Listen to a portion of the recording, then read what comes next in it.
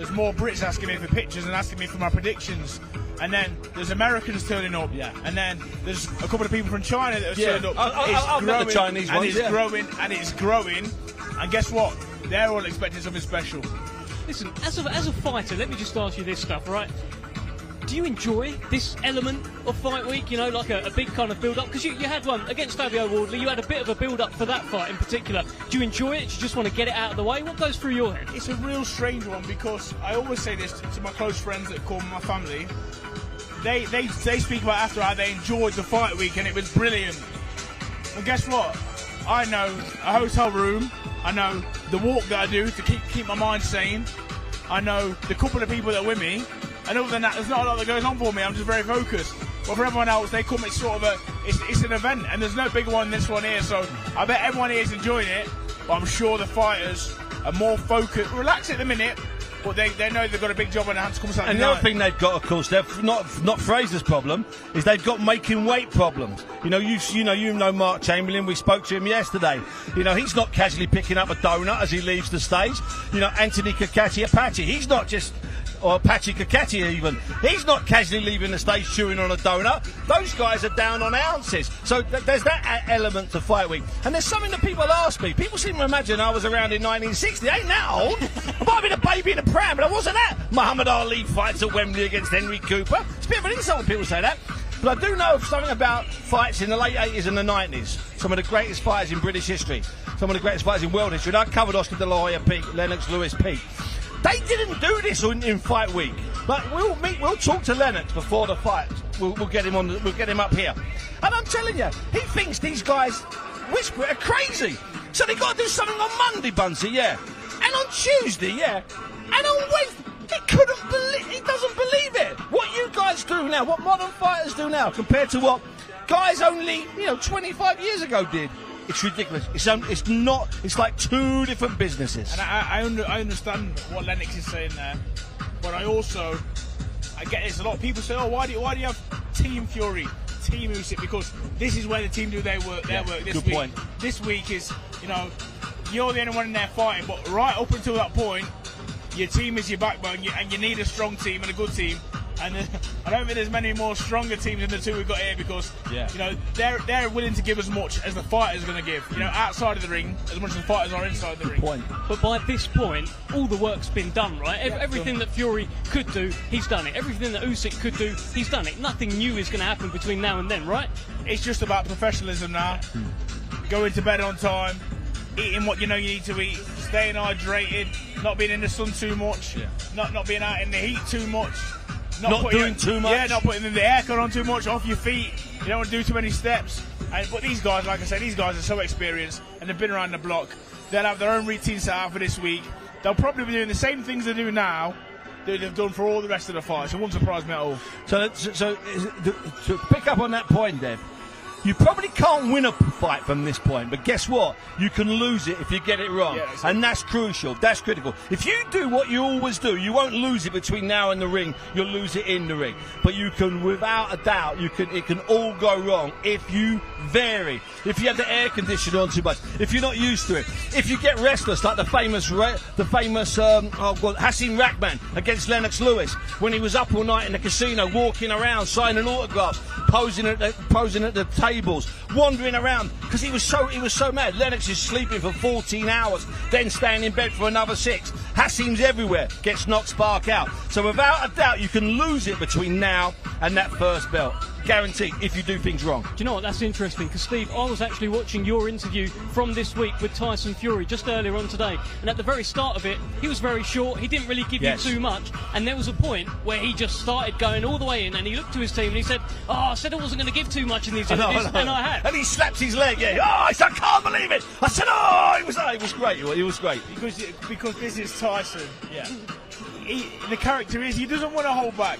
And as much as he don't want to hold back in interviews, I want to see him not hold back in the ring come Saturday night. I want to see him go out there and dominate, because I think in his head, we keep talking about his heavyweight champion, undisputed heavyweight champion, and then we use the words king of the world. Yeah. Now, to be the king of the world, you've got to take over in fashion. I really think you're going to try and do that. Good point. Toughest fight of Tyson Fury's career, Fraser? In a way, yeah, definitely in a way. I think it's the best operator he's been there with. Physically, no, you haven't got the danger of the biggest puncher in the world. Definitely not. But I think this man, Usyk, makes up for not being able to be the biggest puncher in the division with other stuff. The mind, the experience, the calmness, and the fact that the sacrifice he's done for this fight, which he's told us about, I think that makes it very dangerous. If you miss the birth of a child, let me tell you, you're willing to do some crazy things to get the victory in that ring.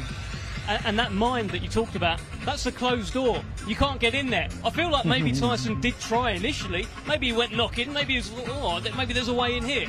But there doesn't appear to be a way in. And now Tyson, he's not interested. He's not interested in mind games. His country's been at war. Yeah. And he's been in those trenches. He's been in the trenches.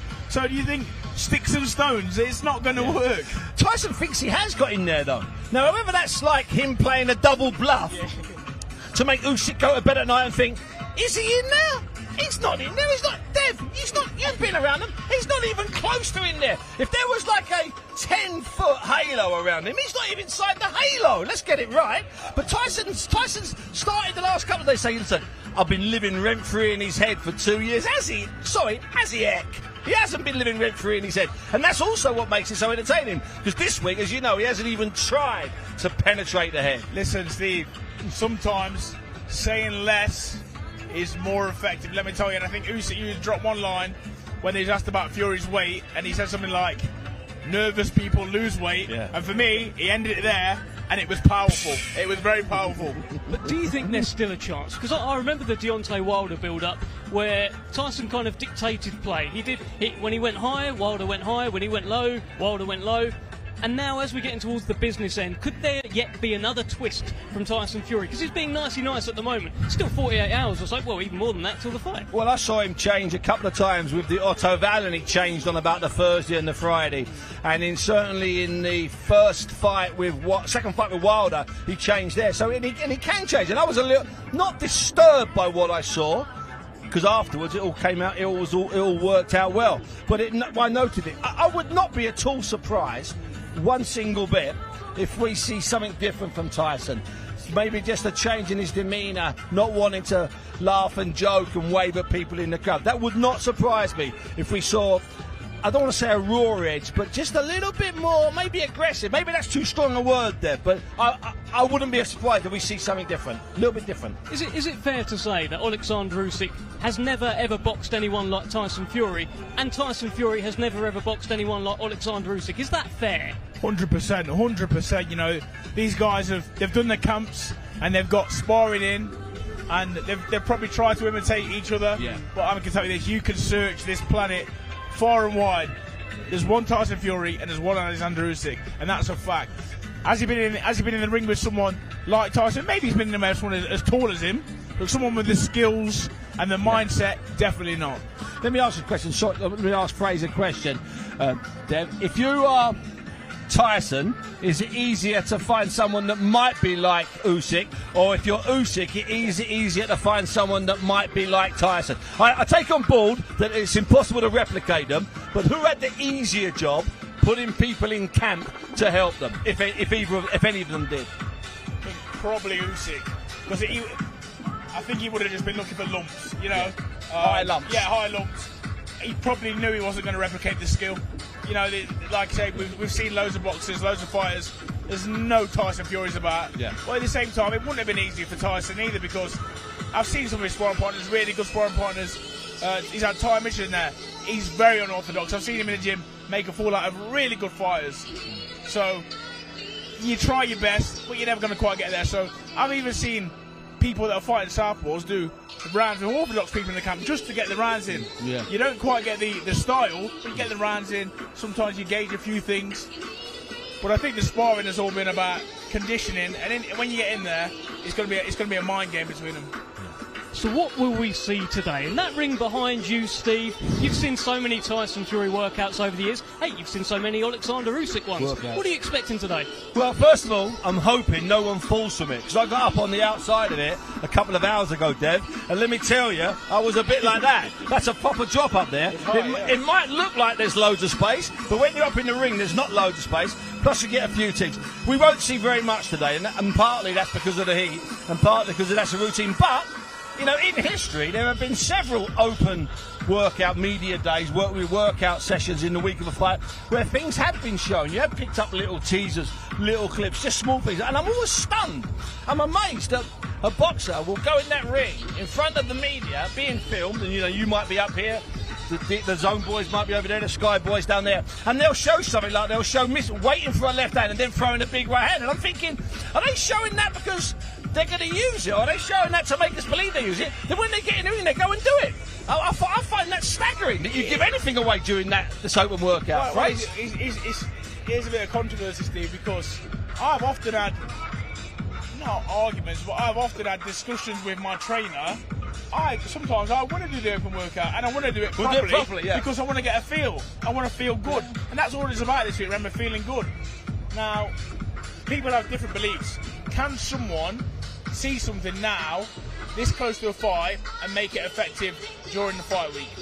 My beliefs is not, because in the amateur scene, I used to warm up next to someone, and then I'd fight them in 10 minutes' time.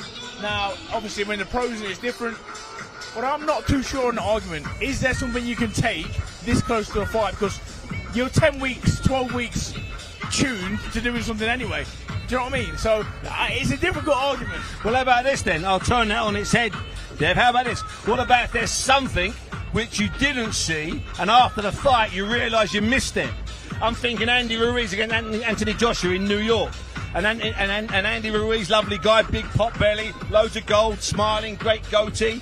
You know, a bit of pedigree with the amateurs, and a nice guy, late replacement, a lot of fun. AJ was AJ all throughout that week, and they did a gym session. They did an open session in a shopping mall down by the Port Authority, and I swear, Ruiz was trying things, and then we realised how fast he was. We watched, Mike Costello and I watched his feet only for a minute. Then we watched his hands only for a minute, we watched his head movement, and we both looked at each other and went, nah, it's okay. I'm ignoring that speed and that his feet. Andy Ruiz, forget the size of him, he gets across there like Sonny Edwards, and we missed it. Dev, we missed it completely. And look, and I remember most recently the Francis Ngannou workout where he was hitting pads and it went viral saying, what's this guy going to do on Saturday night against the best boxer in the world? Good point. You just never know, do you? You just never know. But what did you make of last night, by the way? I guess you were here, you were around it as well. Tyson gave his interview up there. Oleksandr Usyk stayed in eye line, just looking and staring at him. What did you make of it, Fraser?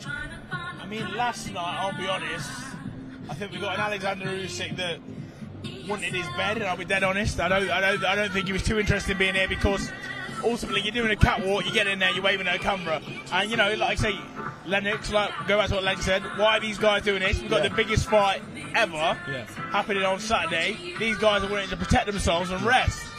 Tyson come down, he gave a little bit, he didn't give too much again, and I think that's also because Tyson thought, you know what, I'll do this because it's going to grow the fight, but is it really necessary? Now this is a bit more normal now.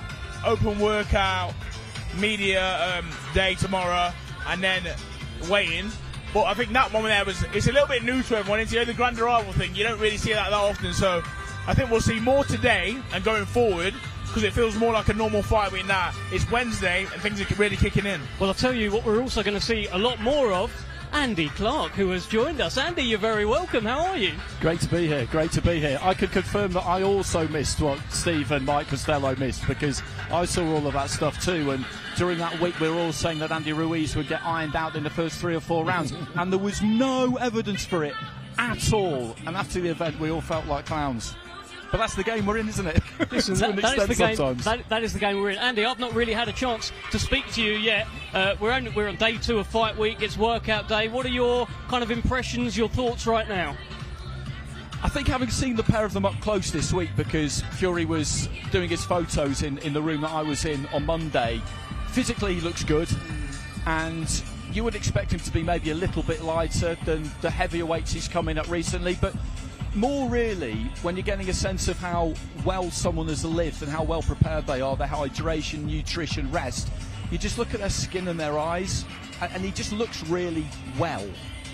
It just does. You know, Frank described him as glowing, which is taking it a step further, but he's not far off. And Usyk looks really good too. So I think preparation for the pair of them has ticked all of the boxes. They're never going to say anything else at this point, but by the look of the pair of them, I think they're where they need to be, which for us is exactly what we want.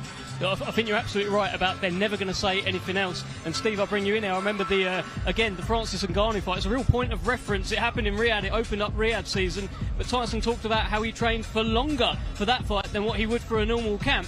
And it didn't turn out too well. But there's training in a camp and there's training in a camp. So, I mean, when people said to me he's not trained, I knew he had trained. But what I mean by that is I knew he'd been in camp for 8 weeks. But there's being in camp and being in camp.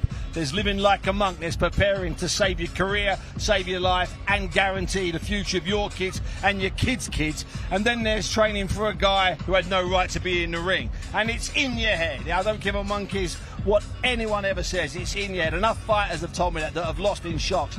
It's in their head. And the stats, nowadays everyone's got a stat. They know how many rounds they sparred. They know what they've eaten. They know what they've done in the gym. They know the work they've done. They know their times on runs. They know all of it. And they're peaking, every single one of them. But where they're not peaking is in here. And anyone that thinks that Tyson Fury got in that ring against Ngannou with his head was barely on day 1 of the camp. He may have trained for 8 weeks. His body was in about week 2, and his head was on day 1, even though he'd done 8 weeks. He just wasn't right throughout the whole thing, which is why he's never come up with a big excuse. The excuse was, I just wasn't right. He's not come up with anything that's deep or meaningful or that we could buy into. He's not made excuses. He just didn't prepare. Well, let's see what's going to happen in this workout today. Let's head over to Thomas Treiber. Saturday from Kingdom Arena in Riyadh, Kingdom of Saudi Arabia. It is all being brought to you by Frank Warren on behalf of Queensberry Promotions and Bob Arum for Top Rank Incorporated. In conjunction with Riyadh Season, National Events Center, the General Entertainment Authority, GIA, Gold Star Promotions, K2 Promotions, and Sella. This great event will be televised live worldwide on DAZN pay-per-view, in the United States on ESPN Plus pay-per-view, and in the UK on Sky Sports Box Office, TNT Sports Box Office, and DAZN.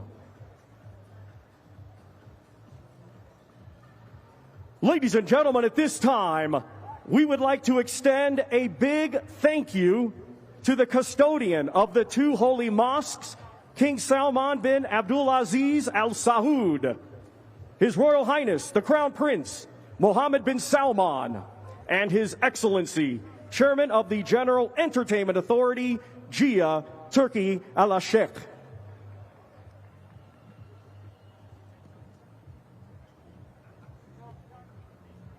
Let's now get things started. Our first 2 fighters today competing this Saturday in a scheduled 8-round international cruiserweight contest. Let's first welcome, fighting out of Frankfurt, Germany. He brings an undefeated record with 12 wins, 10 of his 12 wins coming by way of knockout. Here is Michael Seitz. Well, here comes Michael Seitz, an unbeaten German. First fight outside of Germany for this hard-hitting cruiserweight. Takes on David Anyika on Saturday night.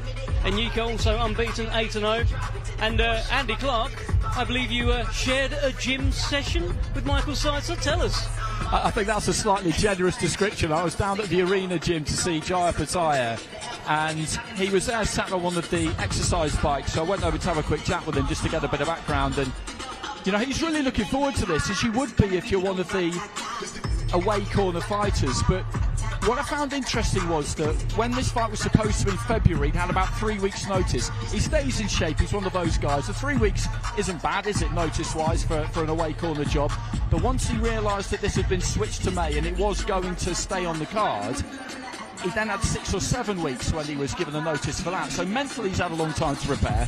Physically he's had a long time to prepare. So that could play into the advantage of people like him. And he's undefeated. He brings the confidence of an undefeated fighter.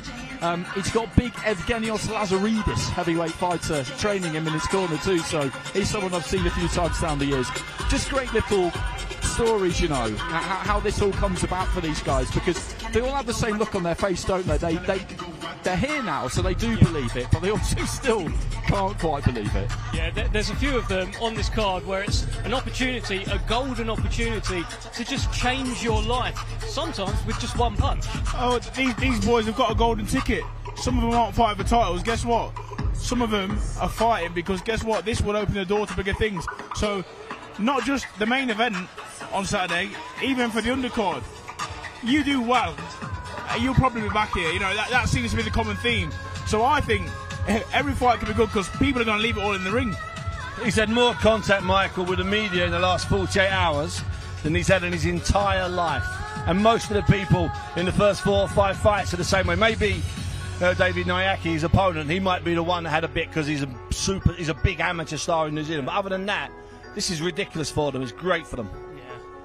No, good on him. Look, he doesn't look phased. He's taking it in, and maybe with the heat, because it is very hot here. I think we're mid-30s at the moment. We might have been even touching 40, but it is very, very hot.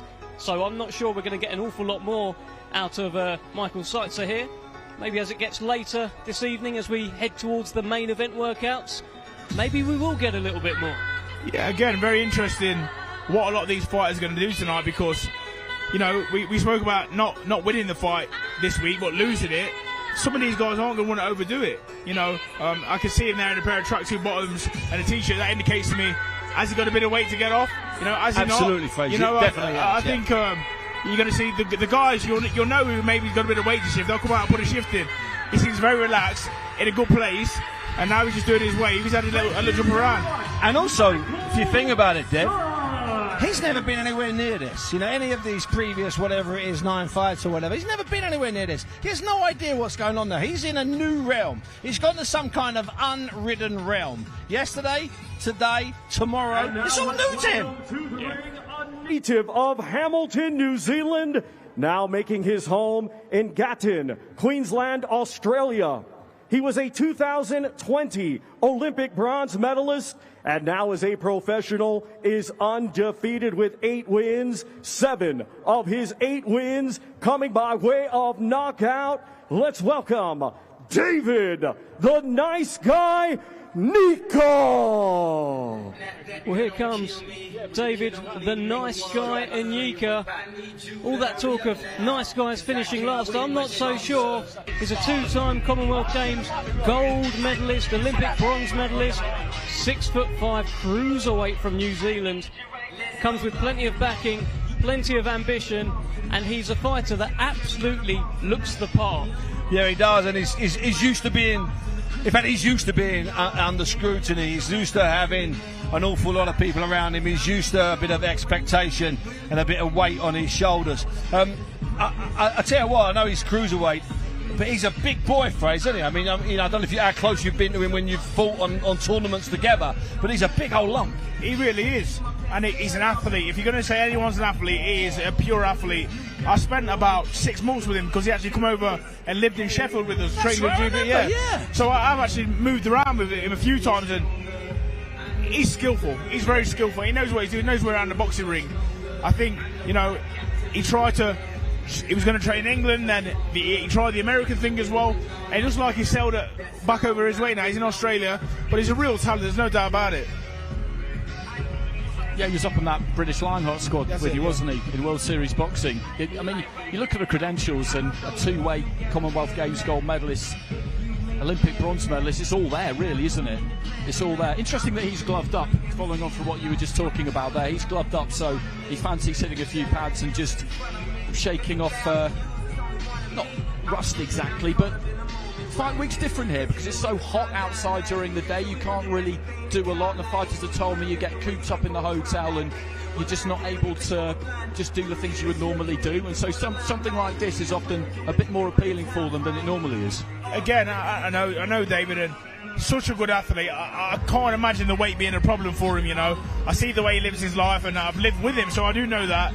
I think this open workout could possibly be for Instagram. You know, he's going to get some good shots off it, but in terms of the fight, you know, I think he's come out here, he really wants to show his skills off, and he's got lots of skills to show.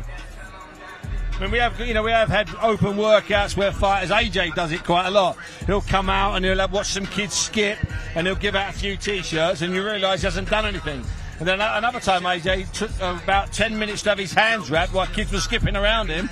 Once he had his hands wrapped, he got out the ring like he was going to do a private session. Perfectly fine, perfectly legal. Do you remember, you definitely will, before AJ boxed Klitschko at Wembley, the open workouts, Klitschko just put a chair in the middle of the ring and had his hands wrapped for about 45 minutes. It was absolutely excruciating. I mean, it just took forever. On the subject of forever, I know what you're going to say. You're going to say about Daniel Dubois in Poland in 100 degrees doing 20 minutes non-stop without a minute's break, and all of us just standing there with our heads roasting last year before. That was the most ridiculous workout. It was very, very strange to watch. It was just hours away. But again, this week, it's around feeling good, and we're all different as boxers. We're all different in so many ways. Now, just touching that pads give you some crazy endorphins. You feel amazing. If you get the right pad man, the right coach, you can feel on top of the world. And going into your fight, sometimes that can do so much for a fighter. Like this year, this is really relaxed, really gentle. I mean, I'm used to seeing this guy in a fight. He's very good at switching. But tonight, just a little touch, and I think he's ready. He looks really good. He does look ready, and just as a fighter generally, all that amateur pedigree, all that background, all those medals, he's 8-0 now. Feels like he's ready to be let off the leash. Our next two fighters to the ring competing this Saturday night in a scheduled 10-round contest. It will be for the vacant WBA Intercontinental Light Heavyweight Championship. First, we welcome, coming to us from Porto, Portugal. He brings a professional record consisting of 9 wins, just 1 defeat. 4 of his 9 wins coming by way of knockout. Ladies and gentlemen, let's welcome Octavio Tank Pudivita. Well, here comes Octavio Pudivita, also known as Tank. Got a title fight on Saturday night against Daniel Lapin. Now, Lapin is very much Team Usyk, trains by his side, promoted by him. So Octavio Pudivita has his work cut out. And what are we seeing from Octavio? He's putting a little bit in there, isn't he? He is putting a little bit in there. He's auditioning for the next Mike Tyson film, that's for sure, with those shots. Good luck to him. Maybe he's been in the... Maybe he's been in Andy. Maybe he's been in the Mike Tyson gym here. Maybe Mike's made a cameo we don't know about. Yeah, absolutely. I went past that the other day, and it's an impressive-looking establishment, that, isn't it? There's some great gyms here, actually. Just so much room, isn't there? There's space inside them. It's absolutely sensational. The training facilities available to everybody when they come here are really second to none. But you can see there the intent and the kind of ambition oozing out of him, to be honest with you, because, as Fraser said, they all know what a big chance this is, win, lose or draw. And I did say that to Michael Sykes the other day. Obviously he thinks he's going to win, but I said win, lose or draw, you know, if you box well here, then you'll be back. It'll open up doors. And it just means that everybody takes that ring with the right attitude, which is that I am not going to leave anything in here. I've got to max this chance out. And you've got to think Octavio here, 36 years old. If he goes out there and gets flattened, that's it. He's not going to get a phone call back. He needs to give a good account of himself if he wants to get back over here. Well, not just over here, but over anywhere. Yeah, I mean, the eyes of the world. The eyes of the world. Yeah. So you're the guy that lost in that great 10-round bout that opened the Ring of Fire show. You know, that's currency for being hired for Britain. That's currency for being hired for Germany, where there's good money. It's simple as that. Because it's certainly not currency for being hired in Lisbon, because that is one fight scene that I know nothing about. Lisbon and Faro, Porto, I know zero. Zippo. Right there with you, Steve, if I'm honest. Right, Absolutely. Right Hands up. You ever boxed the Portuguese guy, Fraser? Never. I'm about to see one on Saturday, though, and look, he again, I keep talking about his golden ticket, but it's not an exaggeration, Steve. It's not, is it? I mean, some of these fighters tonight, you might be able to tell them, listen, save it for Saturday night, because, listen, this is news to everyone. You might get a little bit excited. Absolutely. You might get a little bit over the top, you know. Hey, listen, there's also a chance this is the best he looks all week. You just never know. Well, it might be the biggest crowd he's ever fought in front of as well. You're absolutely bang on. No, there's no need for that. Let's get a bit more positive if we can, Dev, okay? Kid's trying his heart out in there. He absolutely is. Does a bit of MMA as well. He is built like a tank. This man is a through and through fighter, so I'm expecting a fight from him on Saturday.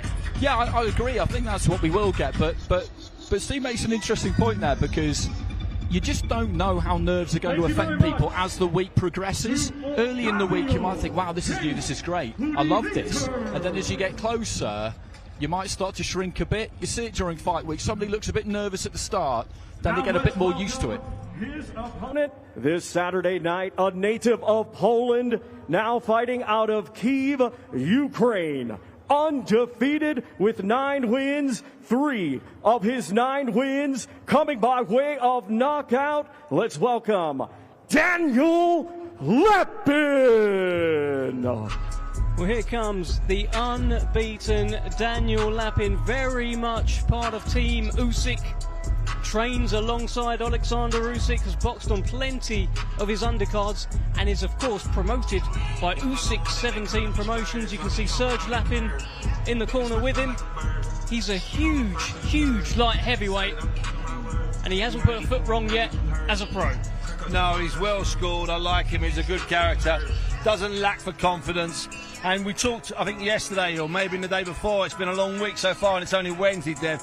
We talked about the benefits of being in a camp, and really in a camp. And we had Matt Macklin here, and he talked about being around Ricky Hatton on the big nights, the very big nights and the giant nights, travelling with him. And all of that stuff matters, because as Andy said, we don't know what happens on the night. For all we know, Octavio, the tank, he might be in that dressing room and come out, and there might be 15,000 and 20,000 there, and he might go, oh, he might fall apart. This kid won't fall apart. He'd walk out in front of 80,000 booing, and he won't fall apart.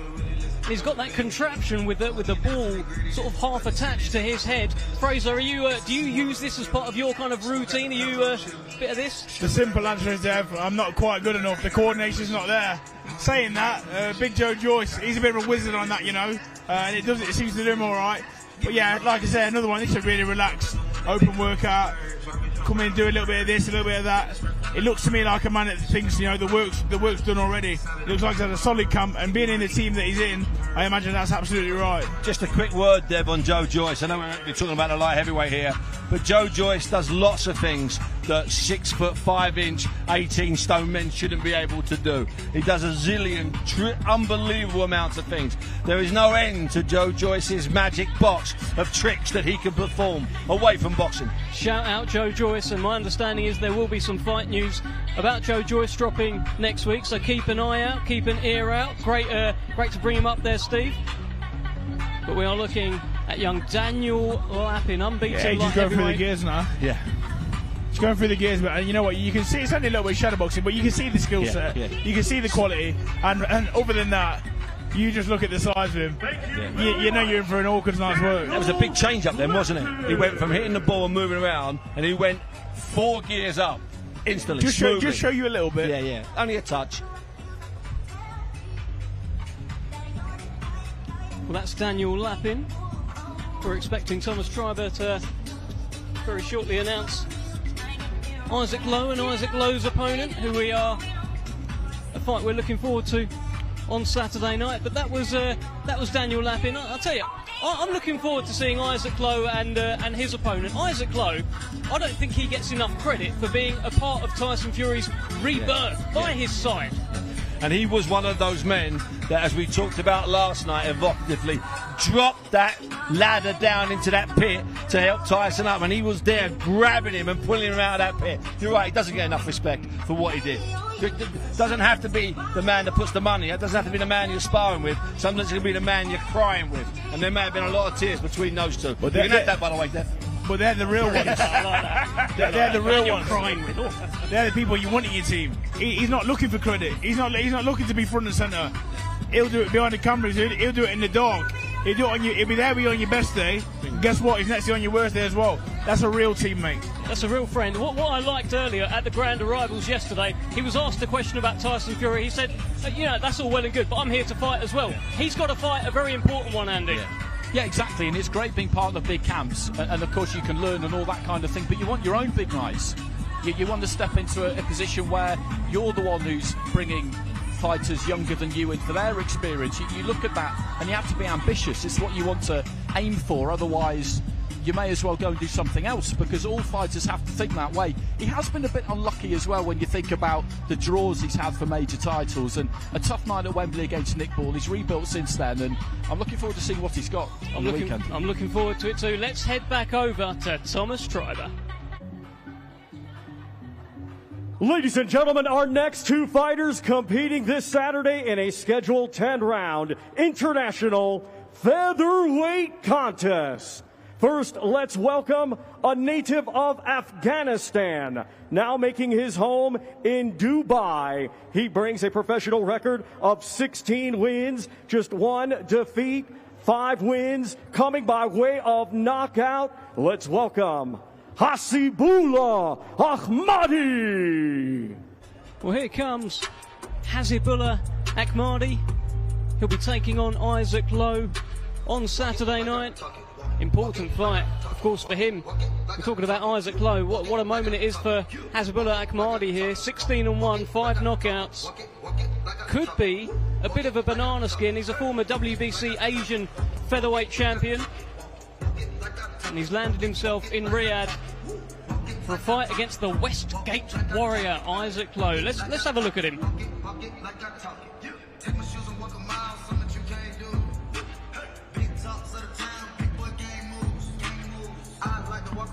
He looks like a good Uzbek and a good Kazakh. And I'd add to that, he looks like a good Afghan. He looks like he's tight of the weight. How much has he got underneath that face? I don't know, I'm not sure, but I told you a few of them will be using this as an opportunity to shift a couple of pounds. And you can't blame him. When you've got this heat, who needs a sauna or a hot bath? Well, one of the guys, they're in a world title fight, obviously it's one of the heavyweights. One of the guys in a world title fight went running at noon on Monday with that in mind, to shift a bit of weight at noon. And it was a proper run. A proper run, not a jog, a proper run. I think, that's probably something we didn't really talk about enough at the start. Some fighters will use it as a workout, get a bit of weight off. I'm thinking of the Cacace Cordina fight, for example. They've really got to make the weight, and then there's a rehydration the next day as well with the IBF. It's quite a tricky situation. I wonder with those two, because we all know they're pushing the weight. I wonder if those two, they play a game of mind games and they come in almost topless, not weighted down, no rubber, no sweatpants. Literally, Joe comes in a pair of skimpies, and then Cacace outdoes him. He's literally got a pair of Speedos on and he's barefoot. There's no weight problem. What are you talking about? I wouldn't be surprised. I know Cordina too well. He's a fashionable man. He wouldn't suit skimpies, and he wouldn't wear them. 2 defeats, 3 draws, 8 wins, coming by way of knockout. Ladies and gentlemen, let's welcome Isaac Westgate Warrior Lowe. Well, we were hoping for Whitney Houston like we got yesterday from Isaac Lowe, but a bit of Shaka Khan, that never hurt anyone, Steve. Well, I tell you what, let's open the book on what he's going to come into tomorrow, because he's done Whitney, he's done Chaka, he's doing the Queens of Soul, the Queens of Music. That should be enough, really. We should just sit in silence now and watch him for 2 minutes and 20 seconds. Yeah, we should just enjoy the music. So 2 minutes of silence, please, gentlemen, and all viewers at home, leave your thoughts in the comments. Seriously though, entrance music is very important. People who think otherwise, they just go and watch something else, because entrance music is absolutely crucial. Usyk's yesterday, I was sitting down there and I just got a shiver down my spine when that started pumping out around the place. It was magnificent. Again, it's all about whatever makes you feel good this week. To give you that 0.01%, you're looking for it in everything. The music you listen to, the TV you watch, the friend you talk to on the phone, the walk you go on around the complex. Anything you can do to gain half an inch. You're going to do it. So all of those half inches, you're trying to build a yard, you're trying to build a metre. All of those 0.001%, you're trying to build 10%. Once you get to 10, you're trying to build 100. As you say, it's tiny bits, Fraze. Tiny bits. And it's all going in one direction. That direction is a you win. You know, you got to do what you got to do to get that victory. And these little moments, that's where you what fights won. In the tiny moments leading up to it, because the work he's done, like we've said a million times, the small details are usually the ones that count the most. I do remember your first ring walk as well, Fraser. Didn't you have Don't Stop Me Now by Queen? And it could have been your opponent singing that, Don't Stop Me Now. Don't stop me. But I think you did stop him in the end, didn't you? Had to. Isaac Lowe looks in shape. I mean, he's been with Fury. People have been talking about Fury's great shape he's in. Isaac Lowe's been in those photos as well, looking good. And I think sometimes, as Andy said, we've overlooked that sometimes Isaac, he's a really good fighter. You know, the couple of losses in biggish fights, who knows? He wins one of those biggish fights, who knows what he ends up getting? Because he's a quality fight. Let's put it this way. I don't like it when he's sometimes just part of the Fury gang. We overlook his credentials, his standalone credentials. I don't know him that well, but I think I know him well enough to know that he's definitely his own man. You know, we've seen the back and forth he had. He doesn't take no rubbish off anyone. No, don't worry about that. No. And to be fair to him, I was at the York Hall the night he fought Lopez, and you know what? He was outclassed, but not for lack of trying. So you know, he's not going to go out without a fight, and that's one thing I do know about him. And that's the kind of defeat that hasn't aged badly, has it either? Because you look at what he's gone on to do since, and it's kind of an acceptable defeat if you can ever have one. Well, in that Nick Ball fight, he showed plenty of heart, and that's one thing he's certainly not lacking, Isaac Lowe. Just those two quite high-caliber defeats. Luis Alberto Lopez, a world champion. Nick Ball should be a world champion as well. You take those away, you're looking at a very, very good featherweight contender. Absolutely, yeah. You know, those two fights against guys not quite as good as Lopez, not quite as promising as Nick Ball, and he wins those two, then who knows what the third in that sequence is. You know, he's failed to become a really prominent fighter by the tiniest, we talk about tiniest, by the tiniest of margins, Deb. No, absolutely. I think he's going to, once he's had his water, Ali Drew is jumping in the ring, and we're going to hear from the Westgate Warrior himself ahead of his big fight Saturday night right here in Riyadh on arguably the biggest show ever. Let's hear from him.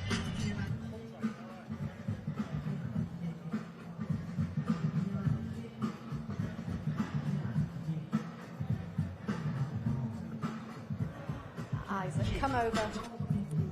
How are you enjoying this fight week events? Yeah, I'm loving it. Look at the place where we're at, the Kingdom of Saudi Arabia. This is absolutely a dream come true, isn't it? On the biggest stage of all, on the biggest fight of my generation. So, well, yeah, I'm really proud to be a part of it. Thank you for my exes to let us on it. To Spencer and Frank Warren for getting me on, obviously Tyson. But it's time for me to do the business on Saturday night and put myself back in the big league. Now, it's very, very hot today. What is it like preparing for a fight in these conditions in Saudi Arabia compared to the other ones that you've done before? What do you mean by England? Pissing down? Obviously it's hard. Conditions are different, do you know what I mean? It's 38, 40 degrees every day. But yeah, last time I was here, everyone was here for the last one. It was around about 22, 23, was all right. But this one, it's like being back in Las Vegas again in the heat in June. So yeah, it's all good. Enjoy it, get a bit of a tan. Go back when I go back home. Now, you're in shorts. Your opponent came into the ring in a hoodie. Did you get a chance to watch him in the ring, or are you focused on yourself? I watch him on Saturday night when he's in front of me, man and man. That's the only time I'll be watching him. He can do what he wants from now to the fight. We're only 3 days away, so I can't wait, baby. Time for me to rock and roll. Thanks for your time. Thank you very much. Thank you very much, Isaac Westgate Warrior Lowe. He said, I saw you nodding, saying, go on, son, yes, son, yes, son. What did you think? Saying all the right things. You know, he's really progressed. Years and years ago, I remember doing a piece with him and Fast Eddie Chambers, and they were like two children together. It was one of the hardest 20 minutes I think I've ever done. And I've watched Isaac develop as a man. And as Fraser correctly says, he is his own man. And I like not just the 2 fights we talk about him losing there, the Ryan Walsh fight for the British title fight. He's a good fighter. I like the kid. In a scheduled 10-round contest, it will be for the vacant WBO Intercontinental Heavyweight Championship. Let's first welcome, coming to us from Hamburg, Germany, his professional record, 25 wins, 3 defeats, with 20 of his 25 wins coming by way of knockout. Let's welcome Ilya Mazentchev. They just say 20 or 25 wins can go away now. Here is Ilya Mazentchev. On his way to the ring, he will be taking on Moses Itauma on Saturday night. Huge fight, huge stage, and we are about to be joined by a huge man. Mr. John Fury is about to join us here. Big John Fury. Steve, how you doing? Yeah, how you doing? Sir? Yeah, great to see you. Good to see you, John. Great to see you. John, it feels like Team Fury are really locked in, dialed in, and all on it this week. Tell me. Listen, no one will know like the work he's put in for this. You know, I've been there, witnessed it. I've been a bit critical in the past of what he's been doing, but I thought this time he's looking at addressing, and you know, I couldn't be more happier. And I just think it'd be a good fight, but it'd be dealt with properly and easily. That's my opinion. Tyson on this form, his mental attitude, the way he's going about things, you're going to see the best Tyson ever. It's interesting you say that, John, about in the past you have been critical. You and I have sat and you've pulled him apart. When you've been, and that's when you've been on the edges and even on the inside. And you've told the absolute truth. You've talked about he's not right. I don't like what I'm seeing. He's getting hit with too many punches. You know, people sometimes forget that. Sometimes forget how critical you've been. Or I would say validly critical, if you don't mind me saying so. But you have been critical in the past. Well, listen, we've worked on a lot of other stuff. Worked on slipping and sliding, lateral movement, in and out, all over the place. Angles, footwork. You're going to see a different Tyson. And when you're dealing with people like Oleksandr Usyk, that throws a lot of punches from different angles, you know, he'll have a job to it, Tyson. What I'm seeing, he was on fire this morning, you know, and he's got the speed, lateral speed of a light heavyweight now. So it's going to be good. Hold tight. Yeah, I think, you know, I've spoken to a few people this week about, and they've almost been shocked at the way Tyson looked and the way that he's sounding and the confidence, and I almost find it insulting. It's the biggest fight of his life. It's the biggest fight. How do you think he's going to look? Yeah. So he shouldn't look like this. You know what I mean? So, you know, people. I think people will be shocked. I think I'll be shocked myself. Obviously, I can only go off what I seen last time, and we know he wasn't right. And I think what you're going to get is chalk and cheese. What does Tyson need to be wary of, though? I mean, Oleksandr Usyk, tricky operator. He's done well at heavyweight, clearly. He is the man standing in the opposite corner. What has Tyson got to be concerned about from Oleksandr Usyk? The way we trained, Dev, absolutely nothing. You know, he's been in with the most dangerous fighter in the world, fought him 3 times on half-mass. You know, he come off an hospital floor in Liverpool 3 weeks in, 2 weeks in the with hospital. The baby, yeah. Yeah, he had 3 weeks to train for the most dangerous man on the planet. You know, this fight... I was sweating already. I only throw about 2 punches. It is very hot now. We're 3 days out from fight night. Has your mind switched to fight mode yet? No, not really. I'm finding it hard, to be honest, but don't worry, I'm going to put on a show Saturday night. Do you feel any pressure? It's so early on in your career. Obviously, you're a heavyweight on this card. Do you feel pressure with that going into Saturday? Yeah, but I kind of like it. I kind of like the pressure. It keeps me on my toes. What's the plan for the next few days? Do you chill? Do you build up every day? What happens? We eat. You're always chilled. Thanks for your time. Thank you very much. John, I was watching you throughout the whole interview there. You were smiling. You like what you see from this young man, right? Listen, he's got a great future, and if he keeps going on like he's going on and he's match right, not rushed, he could be the next big thing on the block, because he's amazing talent. He's got everything, that kid. Attitude. He's got bottle. He's got everything, because we've seen him in the gym with Tyson, you know. And I've got high hopes for the kid. I really have. John, let me ask you a question. If the fight had taken place when it was meant to take place 2 months ago, 6 or 7 weeks ago, are we getting a better Tyson now? Are we getting a is the Tyson now just better than the one who we would have got in the ring back in whenever it was March? Well, you know me, Steve. I'm a very, very honest, truthful fella. Yes. And I was a worried man, you know, because that's why I asked. He wasn't in good condition. He had illness one after the other, a chest infection. Things just was not going right. And I'm thinking, you know, this camp has got to be cursed because he never had any breaks at all. Everything was double hard uphill, and then the cut come. You know, but things happen for a reason, Steve, in life, as we know. And this, I think, can work in his favour massively. I agree. Yeah. John, let me ask you this. Tyson Fury has something that not a lot of heavyweights, not a lot of fighters have, which is that pure blood running through his veins, that fighting blood. The Bartley Gormans, the big Just Burtons, all of those guys. Do you feel like he takes all of that into the ring with him on Saturday? Well, he's going to do, because it's in his veins, you know. There's all tough men, you know, when there was fighting men, you know, and in them days there's no stopping over a cut eye or a broke nose, you know, or a broke jaw. You carried on until you was going to say, OK, I'm beat. You'd be out there for an hour and a half, taking all sorts, you know. He's got that in him. He comes off a line of tough men, and I was probably the worst one ever bred out of them, you know, but it takes the worst one to beat a good one. And I think I've done that, you know. But listen, Tyson, he's a phenomenon of his era, you know, and to be honest with you, Usyk's a worried man, and I've been around fighting men all my life. I can see inside the soul. He knows he's facing the best Tyson Fury, and what we've worked on, and how he is, and how he's been in camp, and he has put some slog in, because I've slaughtered him, and I mean slaughtered him, because he's needed it, and you're going to see the benefit of that Saturday night, and so's Usyk. Yeah, John, you know, we usually, Tyson, I've never seen him lose the battle outside of the ring. I've not seen him lose one inside the ring yet. If that mental battle is not getting to Usyk, does that take much away from Tyson in terms of, is he still got the upper hand if the mental side's not working? Do you still think he's still physically in the right place? Good question, Fraser, but this time Tyson's not doing any mental battles at all, as you can see. Yeah. He's not getting involved in anything mental. He's not bothered because he knows he's put the time in, he's put the effort in. There's no need for mental games. The only one playing them is them, you know, because they're worried and we're not. I'm 100% confident Saturday night. More confident than any fight I've ever seen him have, ever. Wow. And I've been nervous about a few. This one, look at me. Well, that's staggering. A cucumber. You know why? We put the work in.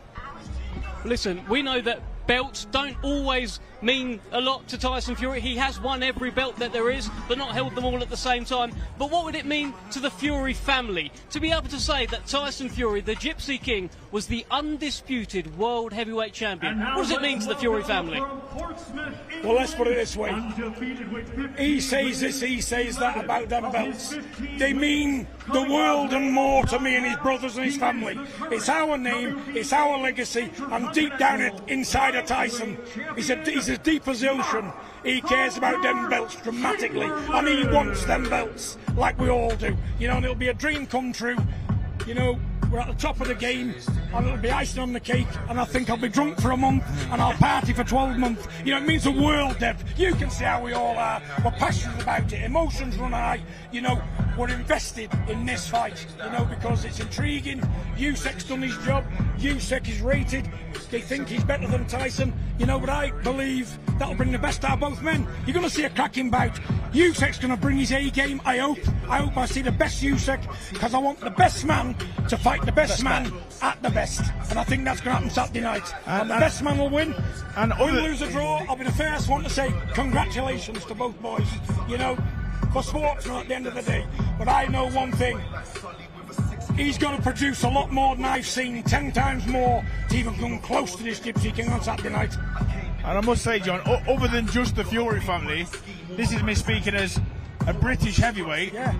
I think there should be a proud country. You know, like, this is unbelievable for England. You know, Britain, not just a family, because it's been so long. Yeah, of course. And you know what? Like, what he's doing, it's almost like the England football team going and winning a major trophy, isn't it? Do you know what I mean? Like, well, we're behind them. When the World Cup's on, we support them all the way. When you boxed the other night with Fabio, was all on the TV, we all bought the pay-per-view, and you served up an absolute blinder for us. Didn't he just? And you got my support and all my family. And Fabio Wardley.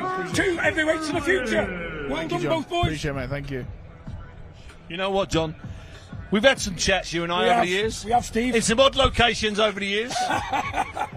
But tonight, you're in ace form, and I can tell. Yeah. And I know why, because I can see that look in your eyes, and you're going back in history. You're thinking, this isn't just about tonight. No. Isn't just about last year or the year before. Absolutely This not. is about 100 years of culture, 100 years of heritage, 100 years of tradition.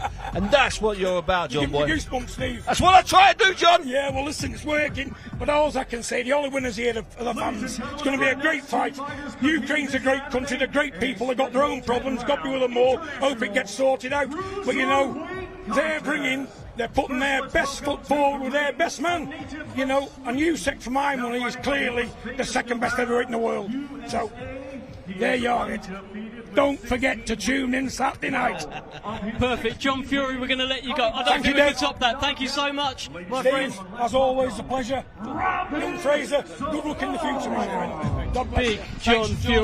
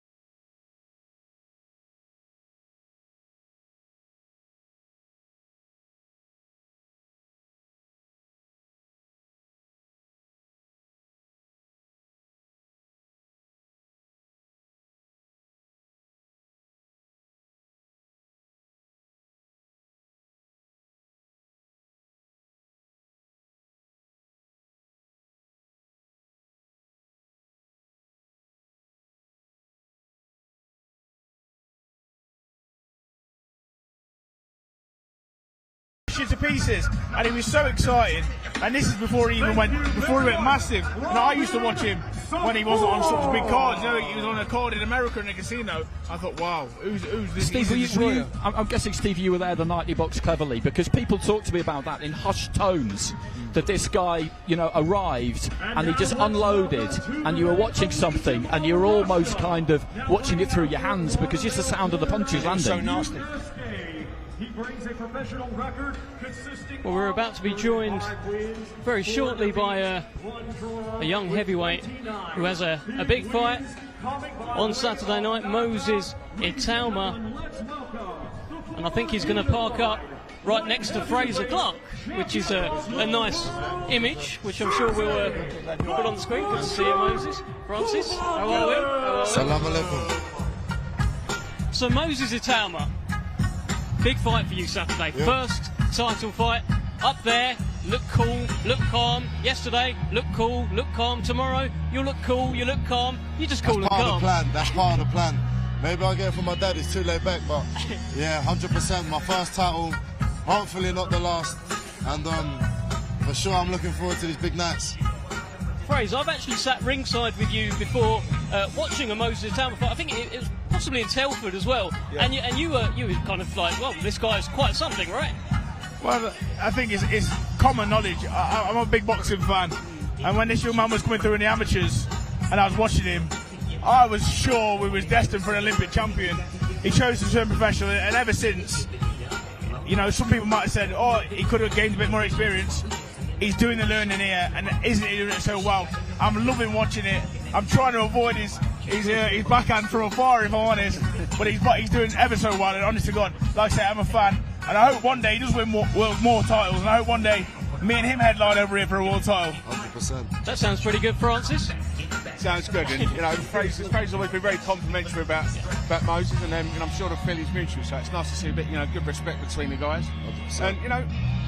And he's coming on leaps and bounds every fight. Every training camp he's gaining experience. Doing some great learning in the gym. I know his first camp with Ben's gone very well, and on to his first title fight, which is it's big news for him. Ben's floating around here at the moment. We're going to get Ben up here and talk to us in a minute. And we didn't have a chance to really talk to you about the whole Ben thing.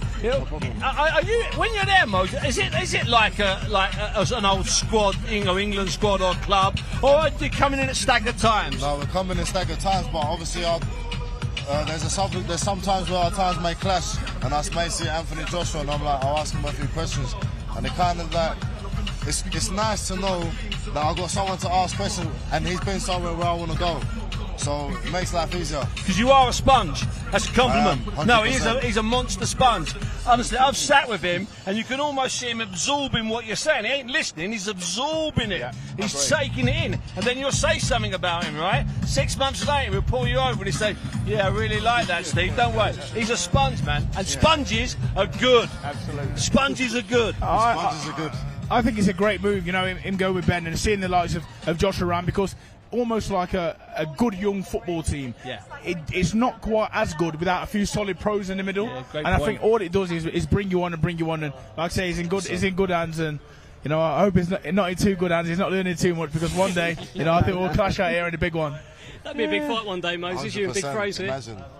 That's some tickets. Yeah. How many big fights have we got in the heavyweight division over the next 10 years? Loads. Just involving British fights. No, I'm being honest. We've got 30 fights. Well, the great fight that Fraser and Fabio had, it was absolutely spectacular. Massive. You haven't even got to look outside the UK for the top fights. So the abundance of talent are here. The abundance of talent we've got in the UK. Happy times for everybody. Back in England, Fabio's going, I am me. David Adelaide's going, I am me. Joe Joyce is going, I am me. Don't drop me out. Soul saying, I am me. They're all great fighters, and they're all in the conversation for sure. Francis, I think we're going to swap you out. We're going to get a bit of trainer words. Let's find out what this relationship is going like. Ben Davidson, great to see you. New charge here in Moses Itauma. Yeah. Is he any good? Not too bad. Hold on. No, I think it's very rare to come across a heavyweight whose skills could match those of somebody at any weight across the board. But that's what we've got here. So, yeah, I'm very, very excited about the future. How's he settling into the gym? It sounds like there's staggered times, but sometimes he gets a little bit of advice off of AJ as well. Feels like a good vibe over there. Yeah, fantastic, and I like that. I like to try and create a team environment where they can all learn from each other. Don't want to put words in his mouth, but I feel like he's come and his eyes have been opened to a degree in new ways of looking at the sport, and I feel like that's ignited the fire in him. He's passionate about the sport of boxing, and that excites us as coaches. Ben, I think I call him a sponge. I said I think he's a good. I mean, not putting words in your mouth. He's a good listener, isn't he? Yeah. He's a really good listener. I'll try my best. Yeah, very coachable, and he'll go into a spar and he'll try and put into practice what you're trying to teach and what you're trying to encourage, and that is a sign of somebody that will go far, whether they've got talent or not. And luckily, we've got plenty of talent. It's a bonus. And how are you adjusting to working under Ben? I know that Lee Wiley and Ben very meticulous in their preparation, a lot of videotape, a lot of slowing things down. How are you adjusting to that? No, 100%. It's not really a lot of adjusting. I feel like I'm kind of used to it. As an amateur, I was always training with my club coaches and then GB coaches and then England coaches. So like, I'm kind of used to it, but yeah, it's been a blessing. It's been a blessing, especially last year, this year, and hopefully new beginnings. Listen, you spent time with Tyson Fury up in his camp as well. Biggest fight of his life on Saturday night against 100%. His toughest opponent, is what he's saying 100%. As well. How did he look to you in those, the time that you spent with him? No, 100%, very good, very good. Even also him being in this camp, he passed on a lot of knowledge, and I'm very appreciative of that. And I hope he does the job on Saturday night. Ben, can I ask you a question? You and Lee are forensic the way you prepare your fighters. 8-rounders, title fights, major fights, make or break fights. Tell me about it. Yeah, would you like to be preparing a fighter to fight Usyk or Tyson Fury? Which one of them would you prefer to prepare a fighter for? Just being honest, I'm quite soft-hearted, and it always stands in my mind when AJ got upset after the second Usyk fight. I didn't even know him at the time. But that resonates with me, with someone who's just desperate to, you know, and I'm very confident that we could put that right. Obviously, knowing that he was coming to the gym, we looked at that fight and we showed him some examples, and I feel like that's now giving him confidence that actually, yeah, if I do these things, I'm very confident of being able to win that fight. So, yeah, if I had my choice, that'd be it. Are you patient with him, or do you take it to him, Ben? You're fighting Usyk. You're patient with him. You take it to him, or a bit of both? Can't say. The problem is Usyk's very well rounded. He's good enough to make adjustments. I feel like there's going to be ebbs and flows, and there's going to be adjustments from both guys on Saturday, and they're good enough both to make those adjustments. I think you can't just, again, for example, AJ tried to approach the fight with two different styles. Fight one, fight two. It's understanding scenarios, how to create scenarios, how to understand tendencies that the fighter's got and how you can exploit them. And yeah, I'm very confident we'd be able to be successful if that opportunity come up. Fantastic stuff. Ben Davidson, Moses Itauma, we're going to let you go. Thank you. I'll take that. I'll take the handshake and the mic. There you go. It's the Moses Itauma. This is always fun at the end when we see people off with handshakes. Moses Itauma, Andy Clark is going to join us, and in the ring behind us is Agit Kabayel, who gets a cheer from the crowd. And it's a big fight for him. Look, I think if you're Moses Itauma, you're probably turning around, and Big Frazier, you're probably looking around at the room and looking at potential future fights. Agit Kabayel's a fighter in your division. He's not too much, you know, you're around the same sort of age. It could happen. I was over there 2 weeks ago, sparring with him, yeah. I was on holiday, and I had a message, can you get over to Germany when you're back? It didn't go down with the message, down well, but I went nevertheless because it's a great experience, and I must say, I've been in with a lot of fighters. I've been in with no heavyweights that punch in combinations as well as Kabayel. Wow. Honest to God, he has really got good hands, you know, and he's a really fit guy as well, works really hard. But the one thing that surprised me, I mean, I've seen it in his fights, he throws a good variation of shots, but when I was in there with him, I was shocked. You know, he throws combinations like a light heavyweight, really good. It's a strange move getting you over to spar in preparation for Frank Sanchez, though, isn't it? Well, in a way, it is. I've got not a Cuban bone in my body, and that's the truth. But I think at this stage of his camp, I'm not sure if they'd already done the preparation in terms of stylistically. I think he just wanted some solid rounds. I mean, I'm not even sure if he'd blasted a few people out, and obviously I can go in there and do a job, and not just do a job for him. It was fantastic for me, you know, the experience, the level he's at, and he's boxing on these big shows. I like to see how they train, how they prepare, and what they're doing that I could possibly add to my game. We talked about this fight yesterday. Sorry, Depp, I'm cutting across you. We talked about this fight yesterday. So they're both unbeaten, I think, in 24, which is odd. And they've both been thrown in to lose. I don't give a monkey's what anyone says. He was thrown in to lose Sanchez against Effie Jogba back on the undercard of Tyson Fury against Johnny Wilder 3, I believe. And he was thrown in, Agit, without a doubt, against Arslan Bekmambetov, without a doubt. So these two here, they should be in this ring 23-1, maybe fighting each other. They shocked and upset a lot of people in those two fights, and that's what I find particularly enticing about this matchup. It was really good to actually spend time with him, and not just the boxing, the sparring, just to talk to him. You know, I think with him being in Germany and with the boxing scene not being as big as it is, these opportunities are not even that big. They're crucial for him. They're massive for him because, you know, he said to me openly, like, the German people know that he's not got that much of a following.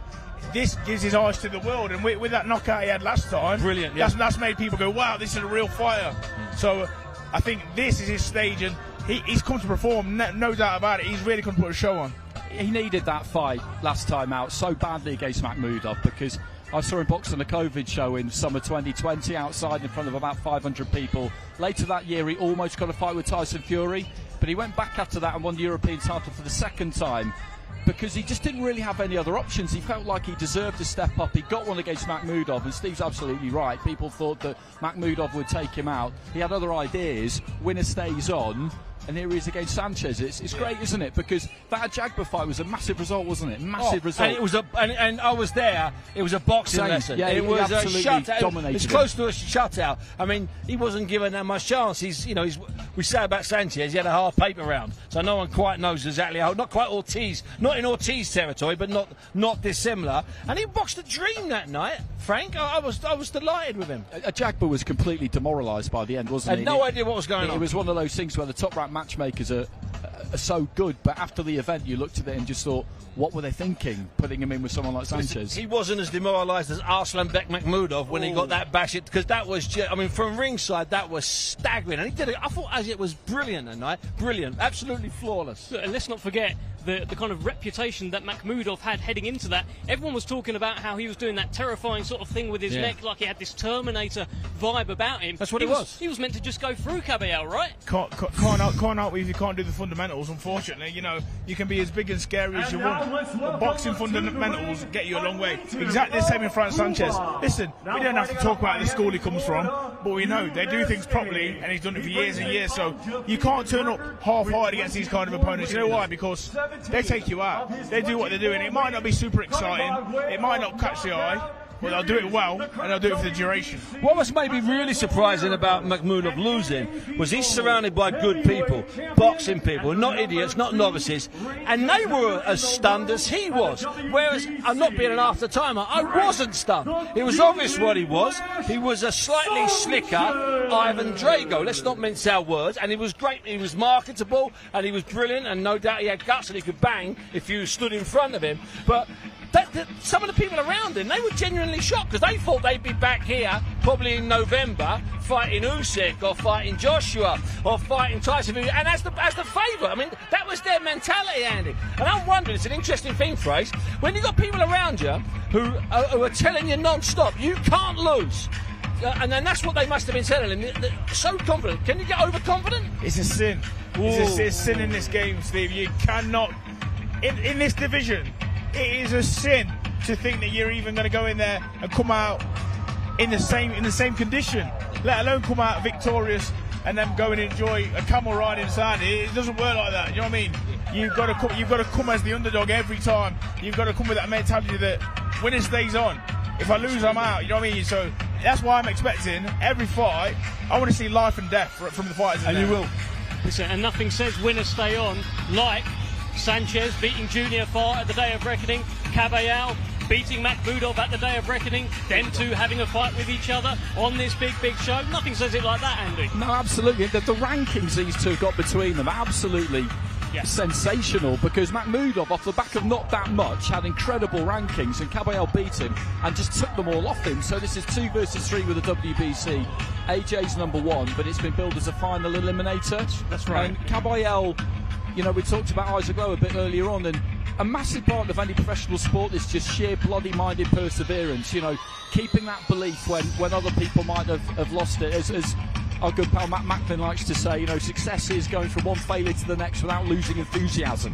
You know, that's one of his favourites. But it is that, isn't it? Because you just got to keep pushing, and the opportunity will come, and then you have to take it. And he really did take it.